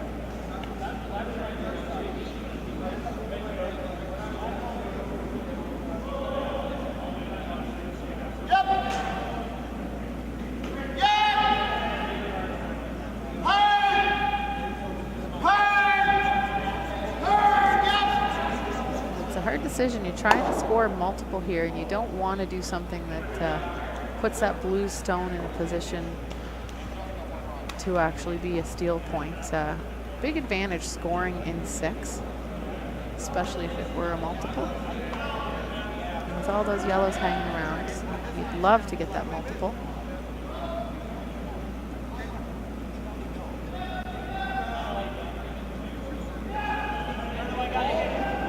Talking about just hammering that right on the nose. Looks like quite a bit of ice though.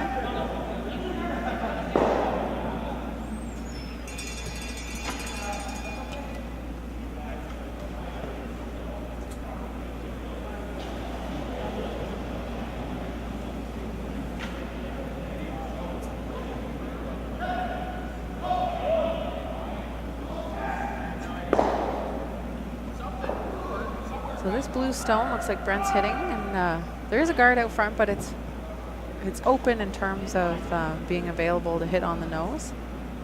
And Brent would be over curling to catch the guard out front. And this hit stone that Kendall just threw should ricochet off the yellow. It'll open up the 4-foot, that's for sure, and a couple stones should be flying after this. Brent MacDougall, his first, throwing the yellow stones. This one has to curl though.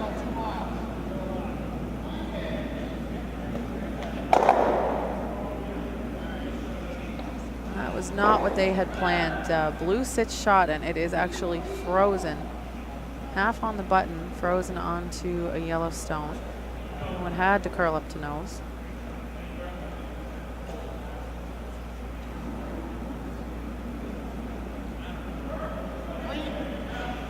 So Team Thompson just looking at what Brent MacDougall would have on his last. They're sitting shot. This one, don't need to have a guard in the guard area. I actually think maybe bringing this in would be good because right now, I think Brent has maybe a chip on the side yellow and he has a draw. So to bring this tighter to the button area would be to choke that draw area. I don't see a lot else. It's an in-off off the side blue, but I think that jams. So Kendall's throwing some sort of a guard here. I think bringing it into the rings in the top house.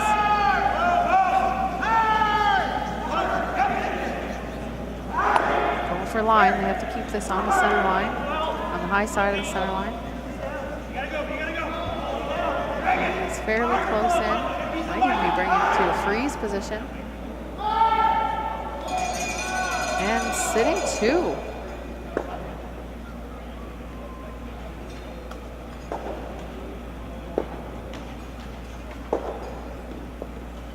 So for Brent MacDougall, what do you do to score here?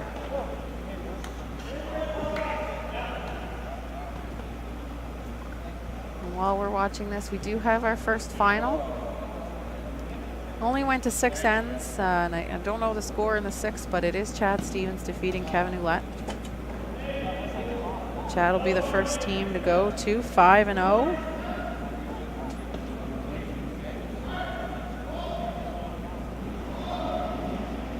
And Team Ouellette, that'll drop them to 1-4.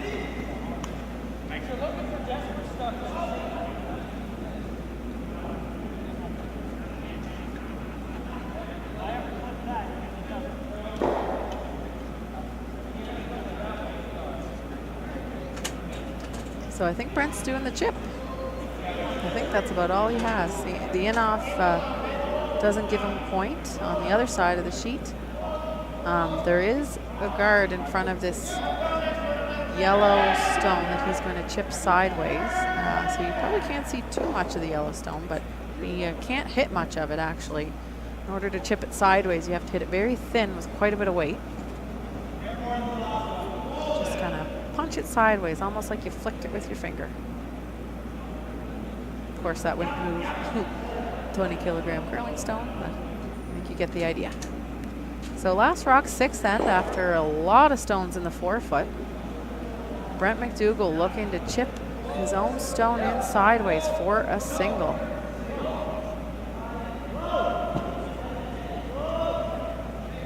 Waiting for this to curl. And just does not make contact. And that is at least a steal of 1 and looks like 2 to me. For Team Thompson, a big change of momentum in that end. Thompson will lead now for the first time this game. 5-3 over MacDougall. MacDougall will have hammer in the 7th. We've got 4 ends left. We're so glad to have you joining us, courtesy of our partners at 360 Live. There's lots of curling to come. This is draw 5. There are 2 more men's draws for the Deloitte Tankard. There are 2 more women's draws for the Scotties Tournament of Hearts. Women will be on at 7 o'clock this evening. And then there are 2 men's draws tomorrow, 9 a.m. and 7 p.m. and a women's draw in the middle at 2 p.m. And that will finish off the round robin. The top 3 teams moving on to the playoffs. Semi-final on Saturday. Any tiebreakers will also be on Saturday. So if you are watching your favorite team and you want to know when they play, watch the standings on nscurl.com. We've got live scoring for all the games. And There's always going to be a link to this live stream. You can watch your teams if they're on sheet C or D. There will be a live stream.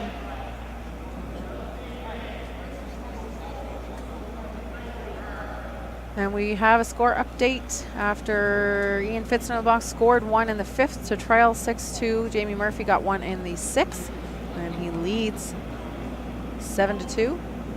They are playing the 7th end. And on sheet B, Doug McKenzie, Stuart Thompson.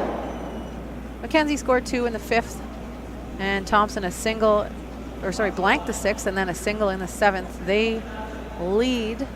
Thompson leads McKenzie 7-3.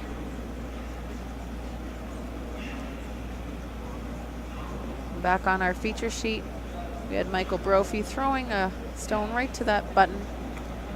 Corner guard out of Kirk McDermott. And now the center guard being called for the team throwing the blue stones. That's Team Thompson.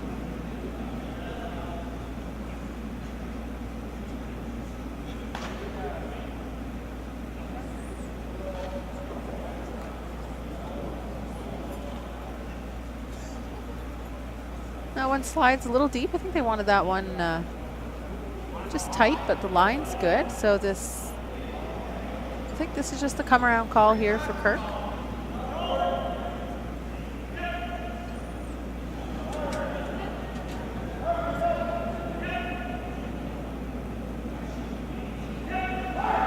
Around that corner guard. Paul Dexter working hard on the sweeps. This one is curling.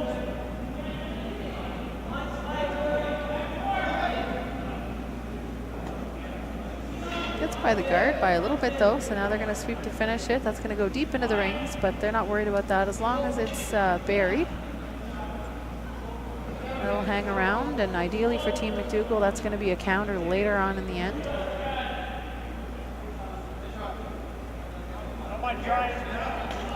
It's always an interesting dilemma for the team without hammer here with the 5-rock rule. You can't yet peel. This would typically have been with the old 4-rock rule. This would have been the time when you peeled. So teams are kind of figuring out what their style is. Some are choosing to put up a 3rd guard on the center line. This is certainly a more defensive call here, coming around and trying to choke off that stone that was just thrown. Take advantage of the deep yellow stone and just cut it off. This may actually be with tap weight, trying to remove the yellow stone completely. Gotta get that by the front one though, and they'll get it by. And it looks like more than enough weight hacked to board to remove that yellow. So now we'll see that sequence where Brent is asking Paul to deal with the stones on the center line.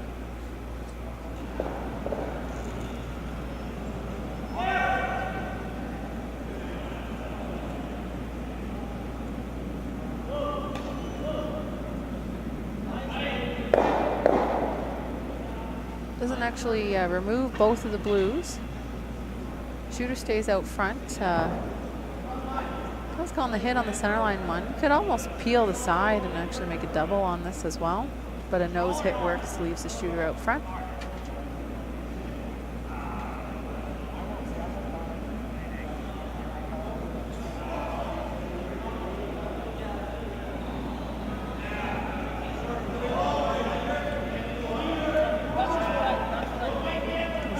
Hit.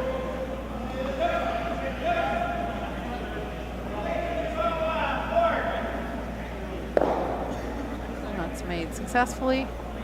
So the blue stones are a little more scattered in the rings now. Brent's got a couple guards out front, one of his own and one very tight Thompson stone to the ring. I don't think it's quite on.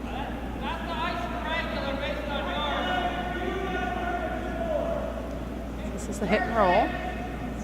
We always seem to play the hit and roll game going this direction.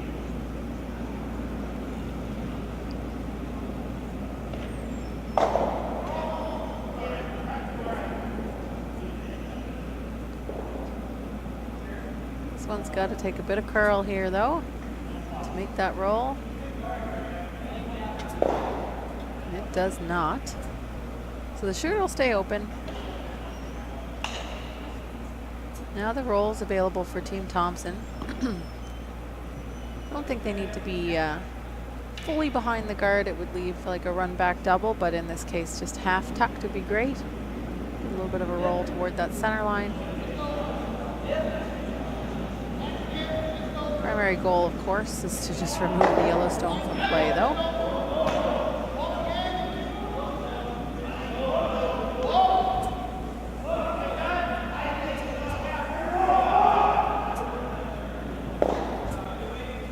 That roll, and that'll actually roll a little further than dead buried to the other side of the sheet. So Brent's going to ask Marty to make contact with that stone. This is going to have to be a lightweight shot in order to get enough curl, because that guard is very tight to the rings, and we haven't seen with weight a lot of finish here. I don't know if you remember from the fifth end, we had a whole pile of rocks being drawn into this spot, and really, if there was extra weight, we weren't getting a lot of curl.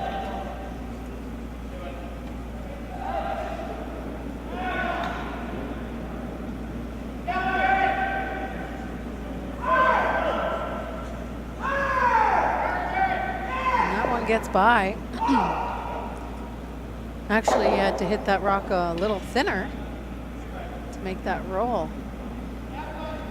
More accessible than I had thought there. So shooter's wide open though, can be hit. Just have to watch for the jam at the back. We're down to the last of third stones here. Bryce with his last, and then Marty will have one more before we're on skip stones.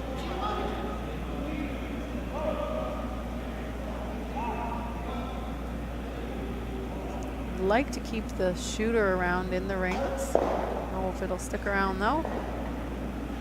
So that'll roll out. So here's the opportunity for Team MacDougall. I think they'll, Brent's indicating a hit. I'd be tempted to just play a come around the corner guard as well. That center guard's so tight to the rings, and it's not the yellow color for Team MacDougall, so I don't think they'll be coming around that. So this is a play onto the blue stone, and likely, you know, here Brent could be thinking about blanking as well. Playing the hit around this corner guard, just a soft weight.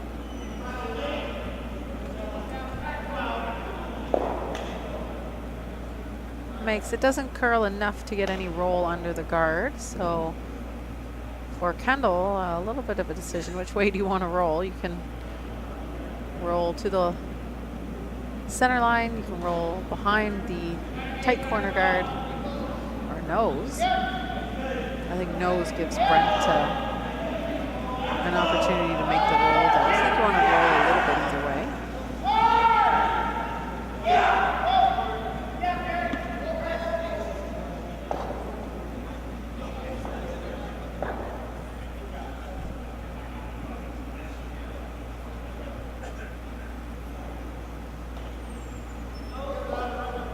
So we're down to skip stones here in the seventh end. This is Kendall Thompson.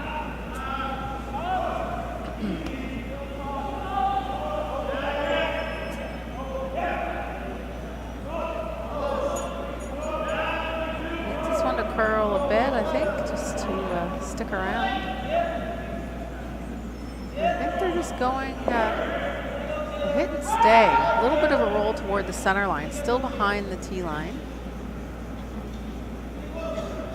So Brent will be deciding now, is he going to go for, it's hard to go for the blank just knowing that those guards are still in play.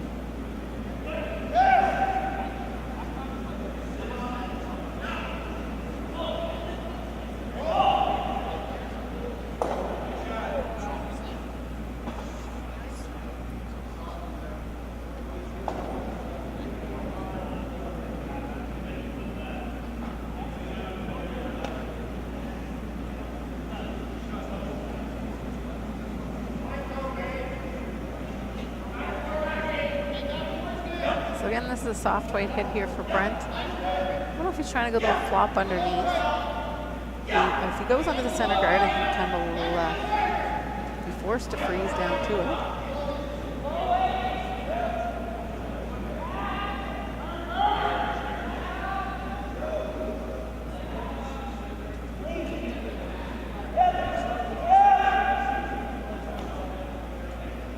Looks like they're trying to roll behind the corner guard here. Got a little bit of a roll, but it is still wide open. Both teams, I think, struggling still a little bit on this side of the sheet.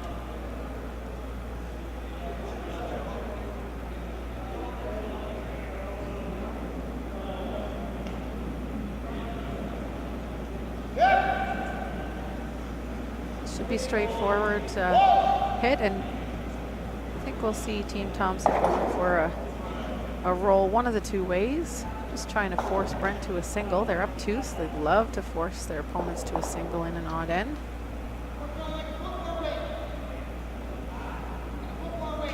Yeah, no primary goal, just hit the Yellowstone, and then once you know that's good, then look for the roll.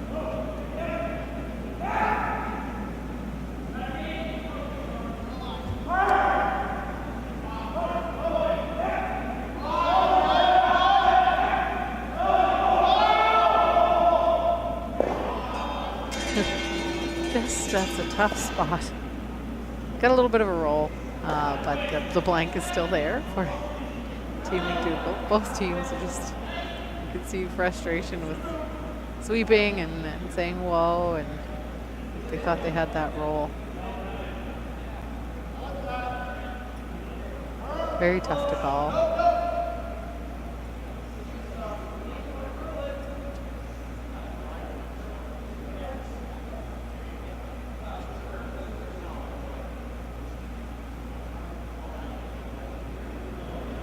Last stone here. I'm assuming that top blue isn't in the rings and that this is the blank attempt here for Brent MacDougall. Down 2, trying to keep hammer at 8.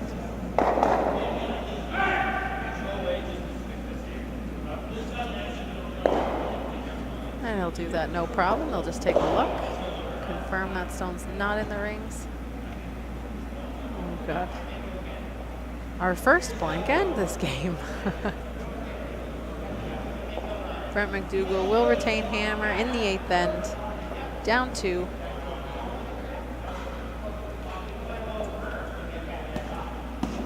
We'll have the Team Thompson Blue Rocks up first. This is Michael Brophy. I'm assuming you're not just joining us, but if you are, this is the 2019 Deloitte Tankard, the Nova Scotia Men's Provincial Curling Championships, courtesy of 360 Live. We're at the Dartmouth Curling Club. We'd love to see you come out if you're in the Halifax, Dartmouth area. We're on Canal Street. There's lots of play left to be had. And on Sunday afternoon at 2 o'clock, we'll have the final. We don't know who's going to be there. That's left to be decided. We do have one team at 5-0. That's Chad Stevens after defeating Kevin Ouellette this afternoon. The remainder of the standings to be decided.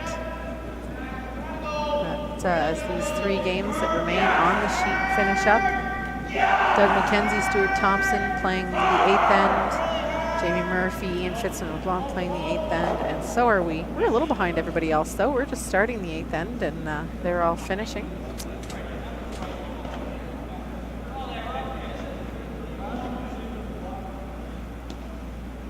We're a little short on time. 3 ends to play, and 9 and change apiece. You'd like to have at least 3.5 minutes, especially coming down into the last ends. But Team MacDougall has 1 timeout. Team Thompson has 2 timeouts left.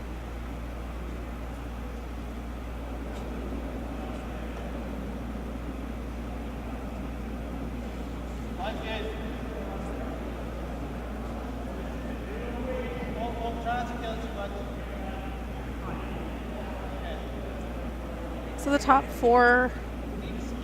8, top 4 rock there from Michael Brophy. We've seen that a few times this game. This is a typical setup we talked about. The corner guard from Kirk McDermott for MacDougall, and then the center guard from Michael Brophy.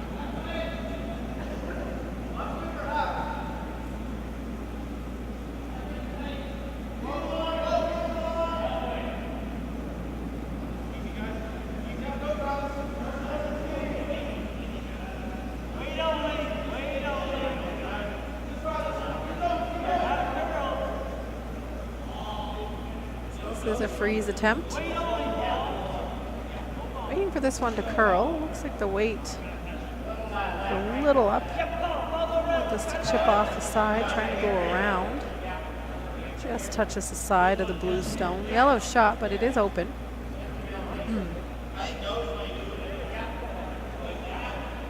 Chris McRae throwing second stones. I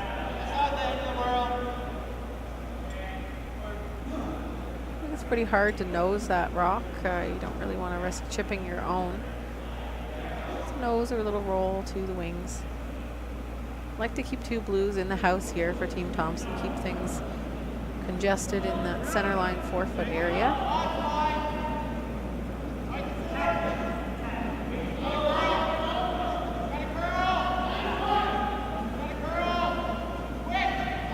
This one has to curl up for the shooter to stick around. Just makes a little roll to the side of the 4-foot.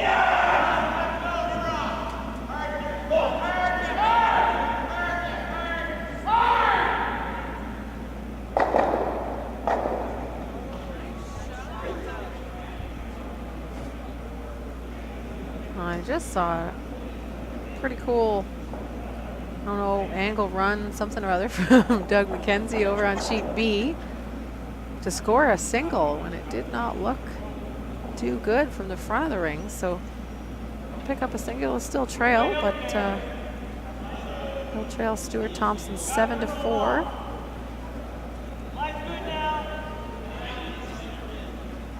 We've got Paul Dexter up throwing on our sheet D. Another freeze, just laying these yellow stones in the rings, and that's a good one. The yellow's not going anywhere anytime soon. Kettle's looking to ignore it, actually.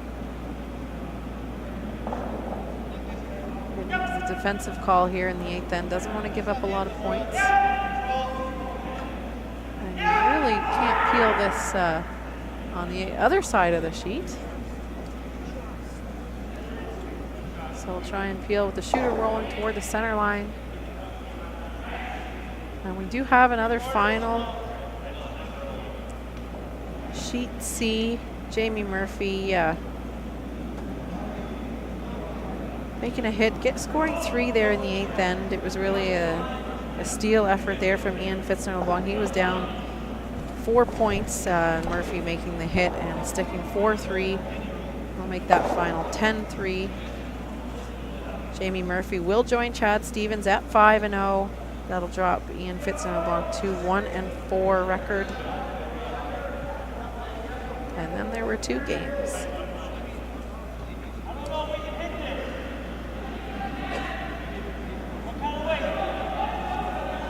So appeal made, but the shooter stayed out as a corner guard. Didn't quite roll for a center.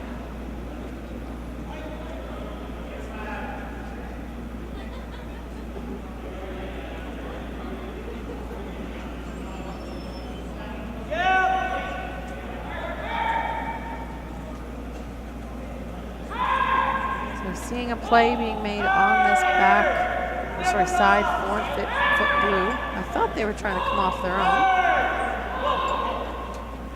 Actually, I think that wicked the guard. If not, it just got by. It's a blue shot, but the yellow is queued up on the corner of it. So I was going to ask Bryce just to hit the open yellow stone.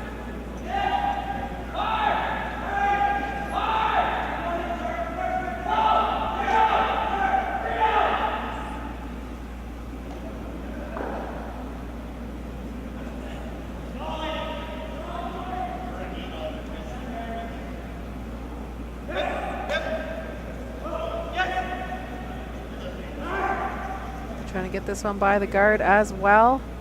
And just, wow, that's 2 in a row. Just squeaking by. That sweeper on that side working very hard.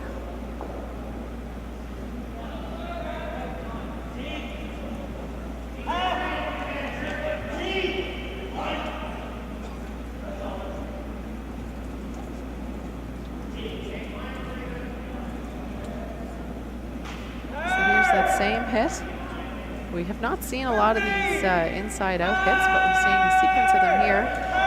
Paul Dexter going really hard on the brush on this one again to get it by. Will he get that one by? Just unbelievable. Looks like he might collapse, but he'll make his way down to the other end. With a few rocks sweeping in a row there for Paul.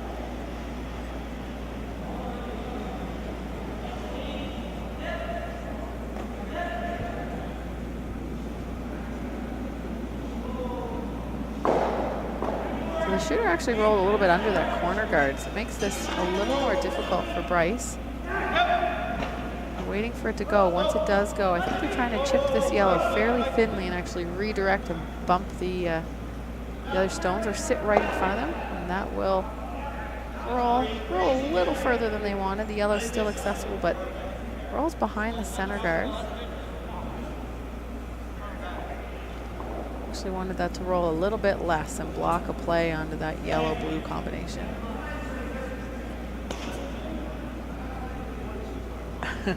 Brent would like to get his 2 or more points here in the 8th end. And sees a good situation in order to score with the yellow-blue queued up. So I like his idea of actually playing around the situation into that back 4-foot area. You do run the risk Team Thompson would play into it, but they're playing pretty defensively. So, but the call here was changed to make a play on that yellow stone. Kirk McDermott now trying to keep this one straight. He'll get it by, but didn't keep it wide enough to actually get a little bit of separation between the 2 yellows. So is there a hit available to double those? We're down to skip stones here.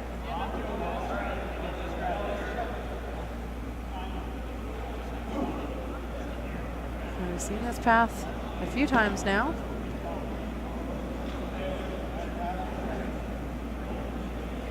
Can't really mess around with that corner guard. That would leave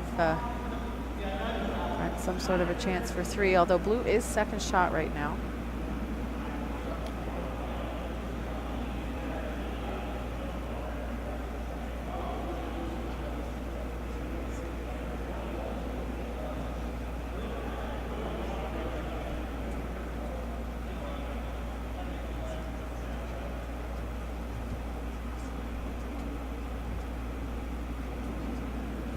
So here we go. This is a hit, trying to make contact with the top yellow. This one's curling already. Had to hang that on the center line. So this one, now they just don't want to hit it so thin they remove their own guard. So Brent's got to do something to get his second yellow into scoring position here. There is a guard in front of the blue second shot still. And so a run back's not really going to help him because it would leave the yellows wide open for a double. It's a straightforward double now that that guard's gone. So we're talking about tapping. The only thing that this does, my concern here, is grouping the yellow stones. But Brent needs to put these in scoring position, so we'll see a hit on Kendall's next one. I don't imagine he'll be throwing a draw. So Brent's going to want to get a little bit of separation between these stones.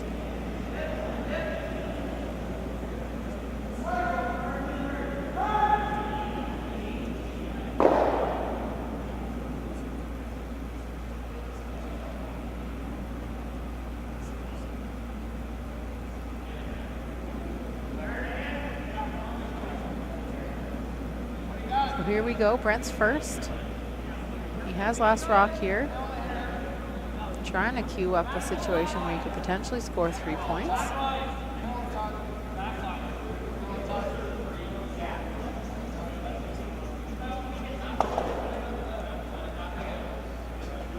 He does have a bit of separation between the yellows now, although I think he's left a thin double for Kendall. Looks like yellow is sitting 1 and 2. But the overlap yellow-blue, if this is thrown, will actually protect the shooter here.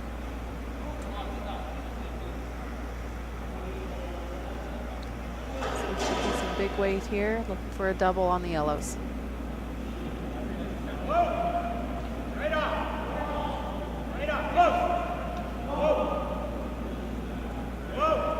This one has to curl for the first time in this spot. And has he found the hole?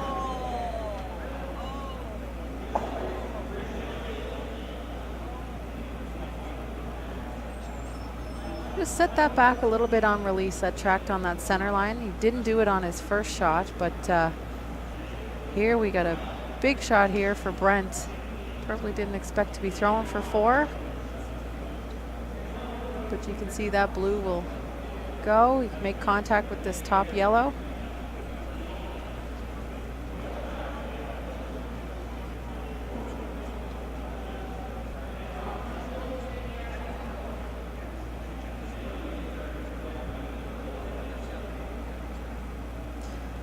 The last rock here in the 8th end, down 2 points, but an unexpected chance for 4 here for Brent MacDougall. Just has to hit his own Yellowstone into the Thompson blue.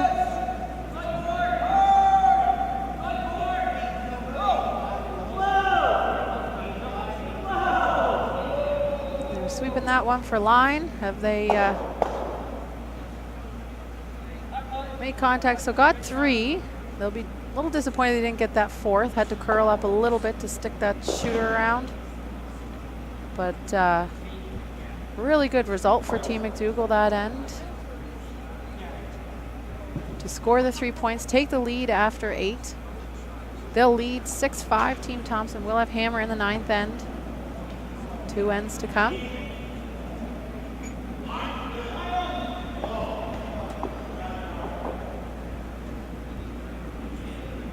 And as I mentioned earlier, we do have 2 finals. Chad Stevens defeating Kevin Ouellette, Jamie Murphy defeating Ian Fitzner-LeBlanc. 2 games on the sheet, Doug McKenzie, Stuart Thompson, and of course our feature game that you are so kindly tuning in and watching. Kendall Thompson, Brent MacDougall. It's been back and forth, that's for sure.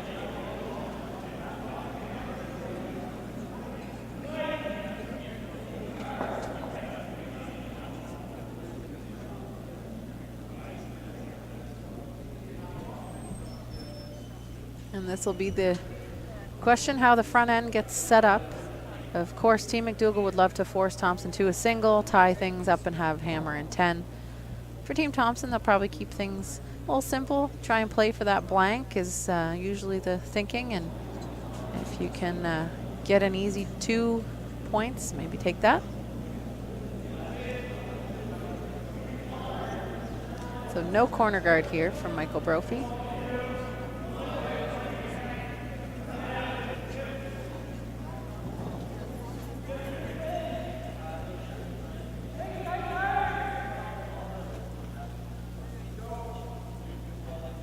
Straight come around, and that looks like a good one. It's one of the best draws we've seen in that path. Freeze game here, Kirk McDermott's turn.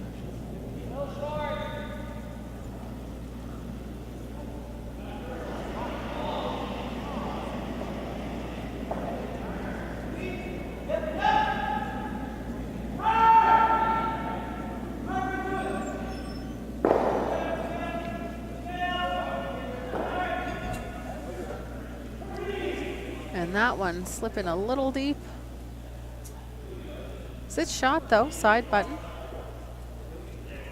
Team Thompson again, don't really want those corner guards, so Michael will play another draw. This one will freeze to the yellow stone that Kirk drew.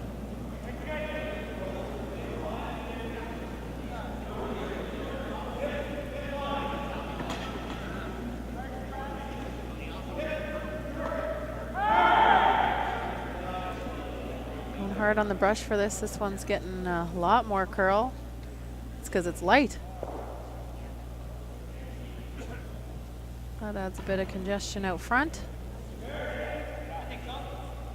Brent's okay with that. He's saying, Paul Dexter, you just put another guard on top of that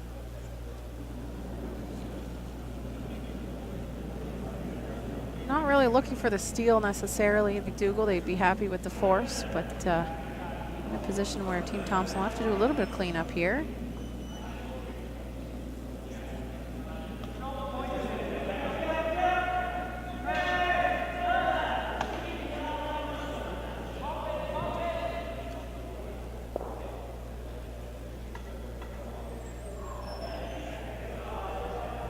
So it's time, 5 rock rule. We've gotten through those first 5 stones. Chris can peel. Probably going to be difficult to remove all of those guards with one shot, but we are only on second stone, so we'll see a few more hits up here. Team Thompson not loving the setup.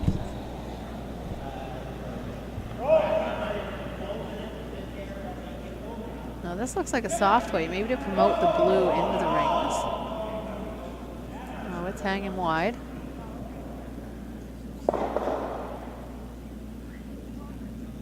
Removes one of the yellow stones. Leaves the yellow blue out front though, not lined up straight into the rings.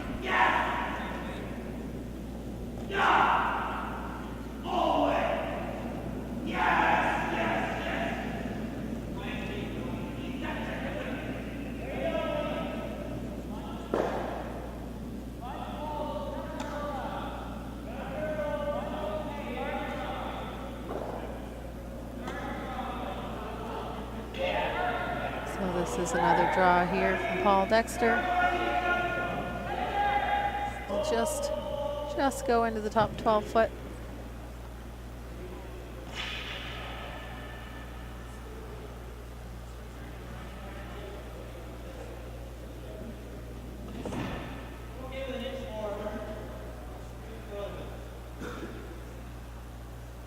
Here being asked for. This is a spot where we've seen a couple stones a bit straight. It's Chris's out turn, I mentioned before. He's the left-hander, so usually a little straighter for him on this turn than for the right-hander.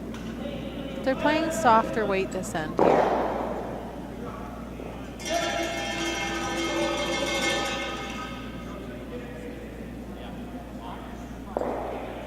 And the shooter will stick around. That's the reason for that down weight. Gonna get Brent thinking a little bit here. There's 2 blues in the rings. How long do you want to guard your shot stone? And we do have a final on sheet B.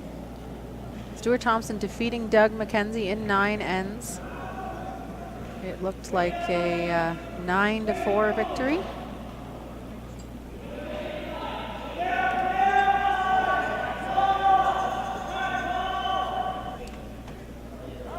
Gavin, we're down to 3rd stones here. Trying to get that by the front. It'll just skinny by into that top 8 foot position. Well, if you're going to call the shot, make it like that. That's a good one.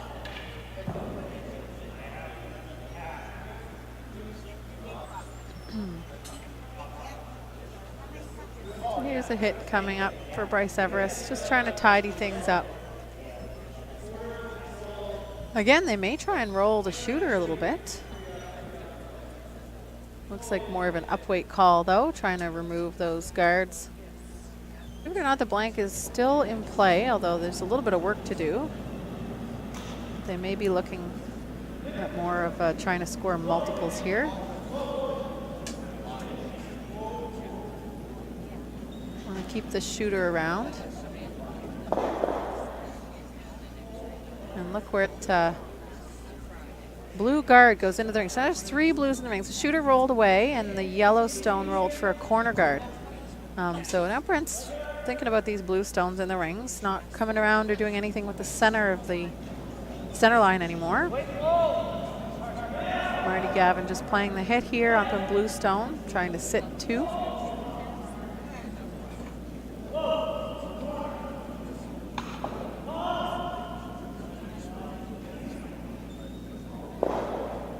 Shooter rolls into the 4 foot area. I don't think that's fully available. Maybe with soft weight. If you can see the nose, there is a nose double, but I don't think Bryce can see the nose of that stone. And we just have the 1 guard in play over on the same side of the sheet where the yellow stones are. covering the 12-foot area.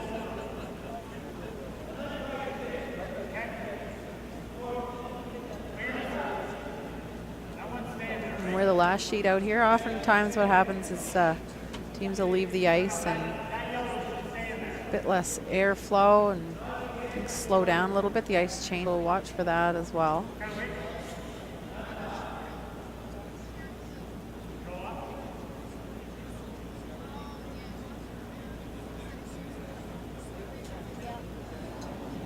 So here's the hit from Bryce Everest. This is the last of mate stones. We're on to skip stones after that. Waiting for this one to curl. Again, this spot we've seen things go a little straight.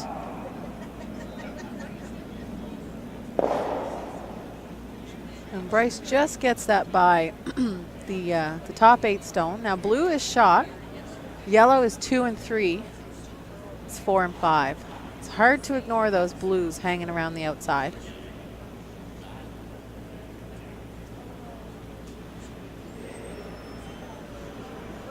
Brent's going to hit this yellow onto blue. I think he's going to want his shooter to stay a little bit on the broom side of things and roll to sit 3. But again, there will be 2 blue stones, so it's going to be a little careful here. Both teams, actually.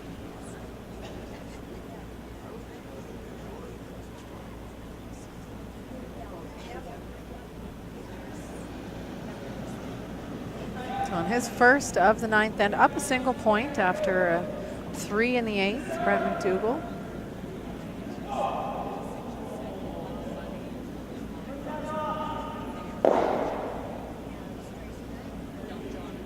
And actually ended up sitting 3, rolling the opposite direction.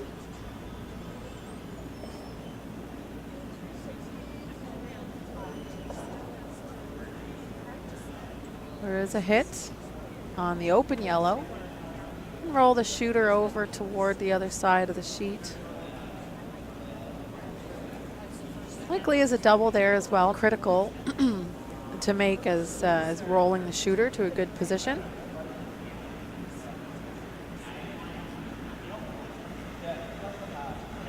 They hit it fairly thick and make the double on the 2 yellows.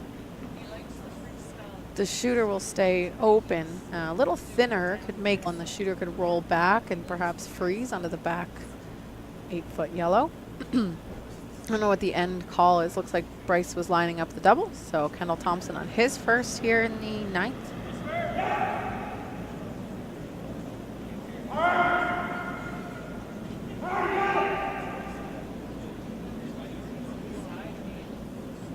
And they're trying to roll this one over. Corner freeze the yellow. Sits open still, I think available for a hit for Brent here.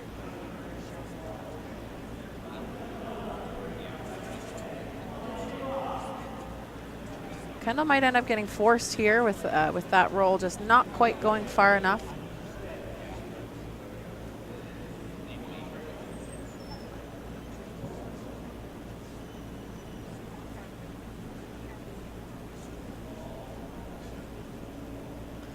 This is Brent's last shot here. He's hit and should sit 3 after this.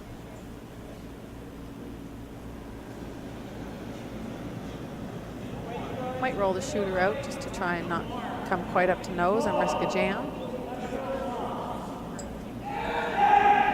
And I think we just pick.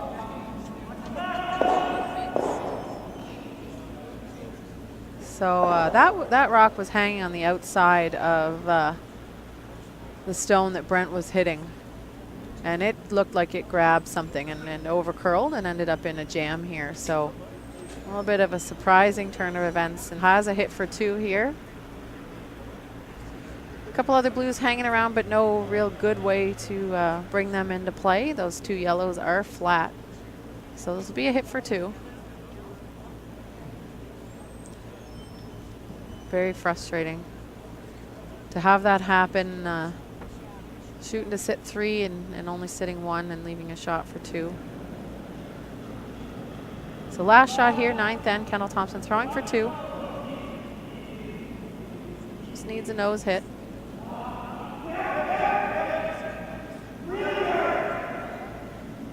This one's quite a bit, but will stick around, and that is going to be good for 2 points. So after a disappointing 8th and then a unfortunate pick there on Brent's last, takes 2.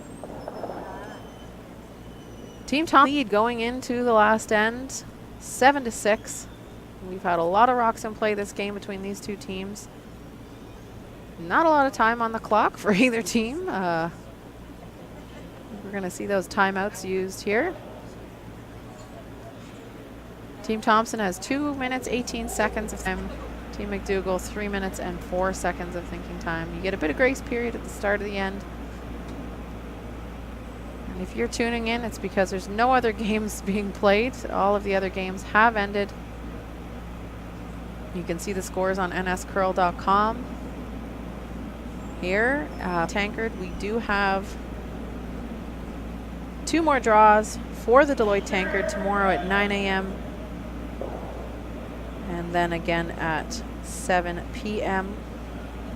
9 a.m. will feature Murphy versus Stevens, Mackenzie versus MacDougall, Pfister LeBlanc versus Ouellette, and the 2 Thompson brothers playing each other tomorrow morning. At 7 p.m., MacDougall, Ouellette, Kendall Thompson, Chad Stevens, Jamie Murphy, Stuart Thompson, and Ian Pfister LeBlanc taking on Doug Mackenzie. So that will finish up tomorrow evening. And if you're watching the Scotties Tournament of Hearts, also being held here at the Dartmouth Curling Club this evening, we have the 6th women's draw. That's Arsenault taking on McDermott, brothers versus McAvoy, McKett and Driscoll versus Breen, and versus Hilliard. That's tonight at 7 p.m. And the women's final round robin for the Scotties Tournament of Hearts is tomorrow at 2 p.m. That'll be McAvoy versus Breen, Hilliard versus McDermott, Arsenault versus Jones, and McKett and Driscoll versus brothers.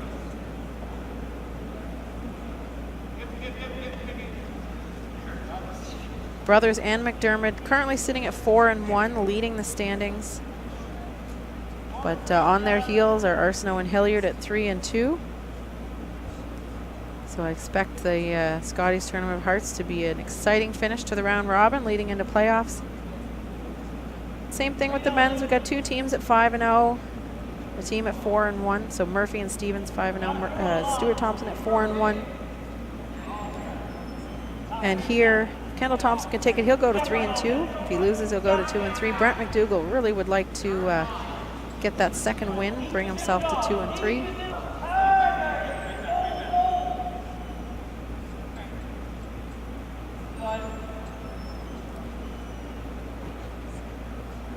And we're glad to have you watching, and seeing a lot of familiar faces here at the Dartmouth Curling Club. It's great to see this much support for the teams everyone's cheering for this week. It's a long haul for these teams, 7-10 end games in the round robin. So we have the center guard for Team Thompson, a stone in the top 12 foot, 2 stones in the 4 foot for Team MacDougall, and now the freeze game. Chris McCrae looking to freeze to the back yellow stone. Looks a little heavy, might chip off. Stays in play. Team MacDougall, they're down 1. They need 2 points. They haven't used a corner guard here. They've played around the center guard. They could peel now too. They're playing in.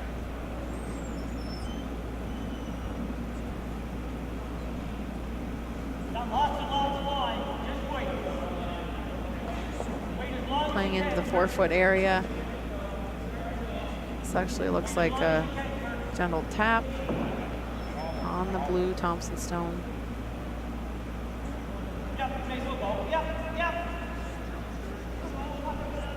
Looks good to try and sit 3, and they will. So Team Thompson up a single point. A force is okay, and a steal. You really tend to see the teams play for that steal. Force are often played in a similar way, but you don't want to try and steal so hard that you, or steal or force so hard that you force the other team to multiples. So they're going to have to be careful here. Try and get this one in a good position. This one needs to be on the button. Sweepers don't seem to mind the weight. They're waiting for that.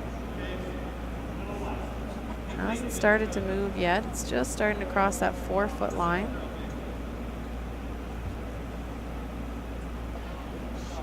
That one gets to the button. So the Thompson stone is shot on the button, but in the inside. There is a long guard that is not quite splitting center line, but it's likely edge to edge with that blue stone in the 4-foot. So Paul Dexter's turn here to make a nice freeze.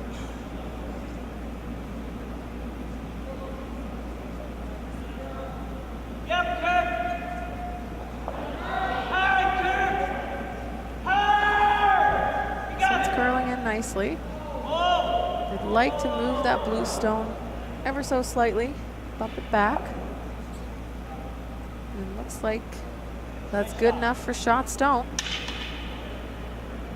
So now, though, we do still have the guards in play, and for Team Thompson, they're in a force position right now.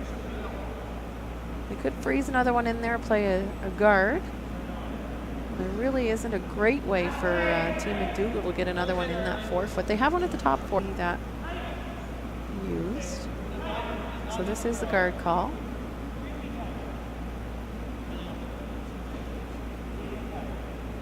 Coming in a little deeper than Kendall's broom, but just trying to guard a play on the stone that was just thrown.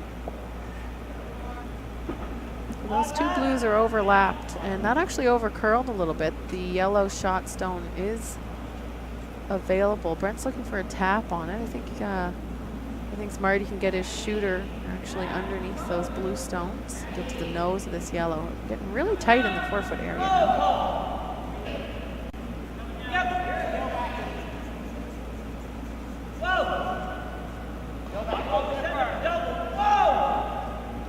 Doesn't have to wait for the shooter to stick around though. The raised stone goes in.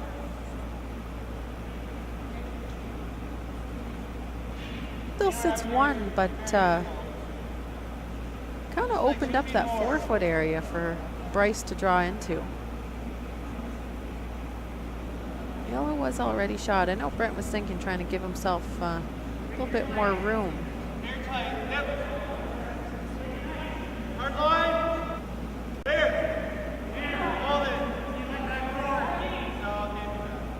Watching the line on this one. This is another draw. Looks a little heavy though. Gonna make another pocket here. And blue's still second shot, but certainly did not want to be behind the tee line on that one.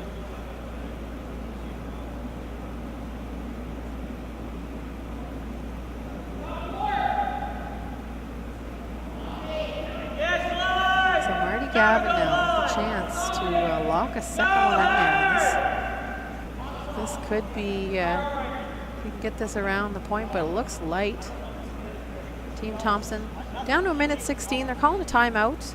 They do have two, so they'll likely just call a timeout for each of Kendall's last shots here. And Kendall's looking at a hit and roll in, chipping off a couple stones into that button area. The draw is still there.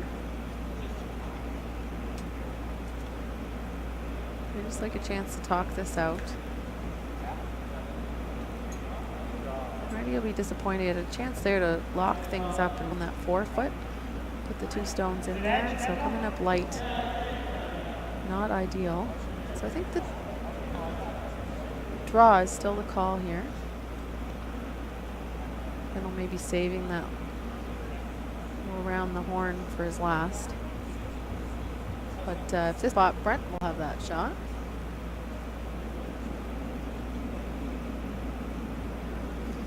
I think we currently have all the stones that have been thrown are still in play. This is the same freeze that's been attempted all end, really. Sweepers are going for weight now. Gotta be here. Gotta go, gotta Get it into that button area. Try to at least get it into that 4-foot.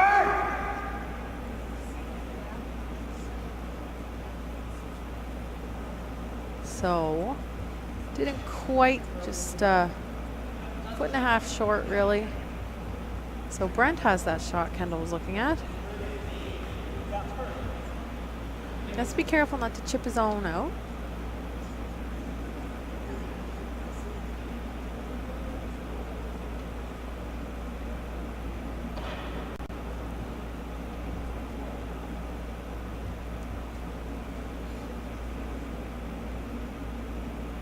So currently, Brent MacDougall sitting 1, down 1, needs 2 to win this game here in 10. And try and hit or roll into the 4-foot area. Needs to hit the inside of this yellow stone.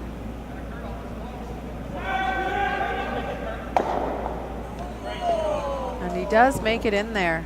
Sits 2. So I think have the last time out here for Team Thompson. The only thing Kendall has is a chip on his own, just thrown to remove one of those yellow stones. Brent couldn't have made that one much better.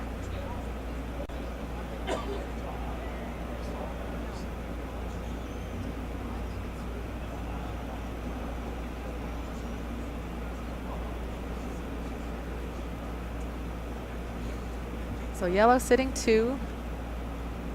Kendall Thompson looking to play chip on the stone he just threw.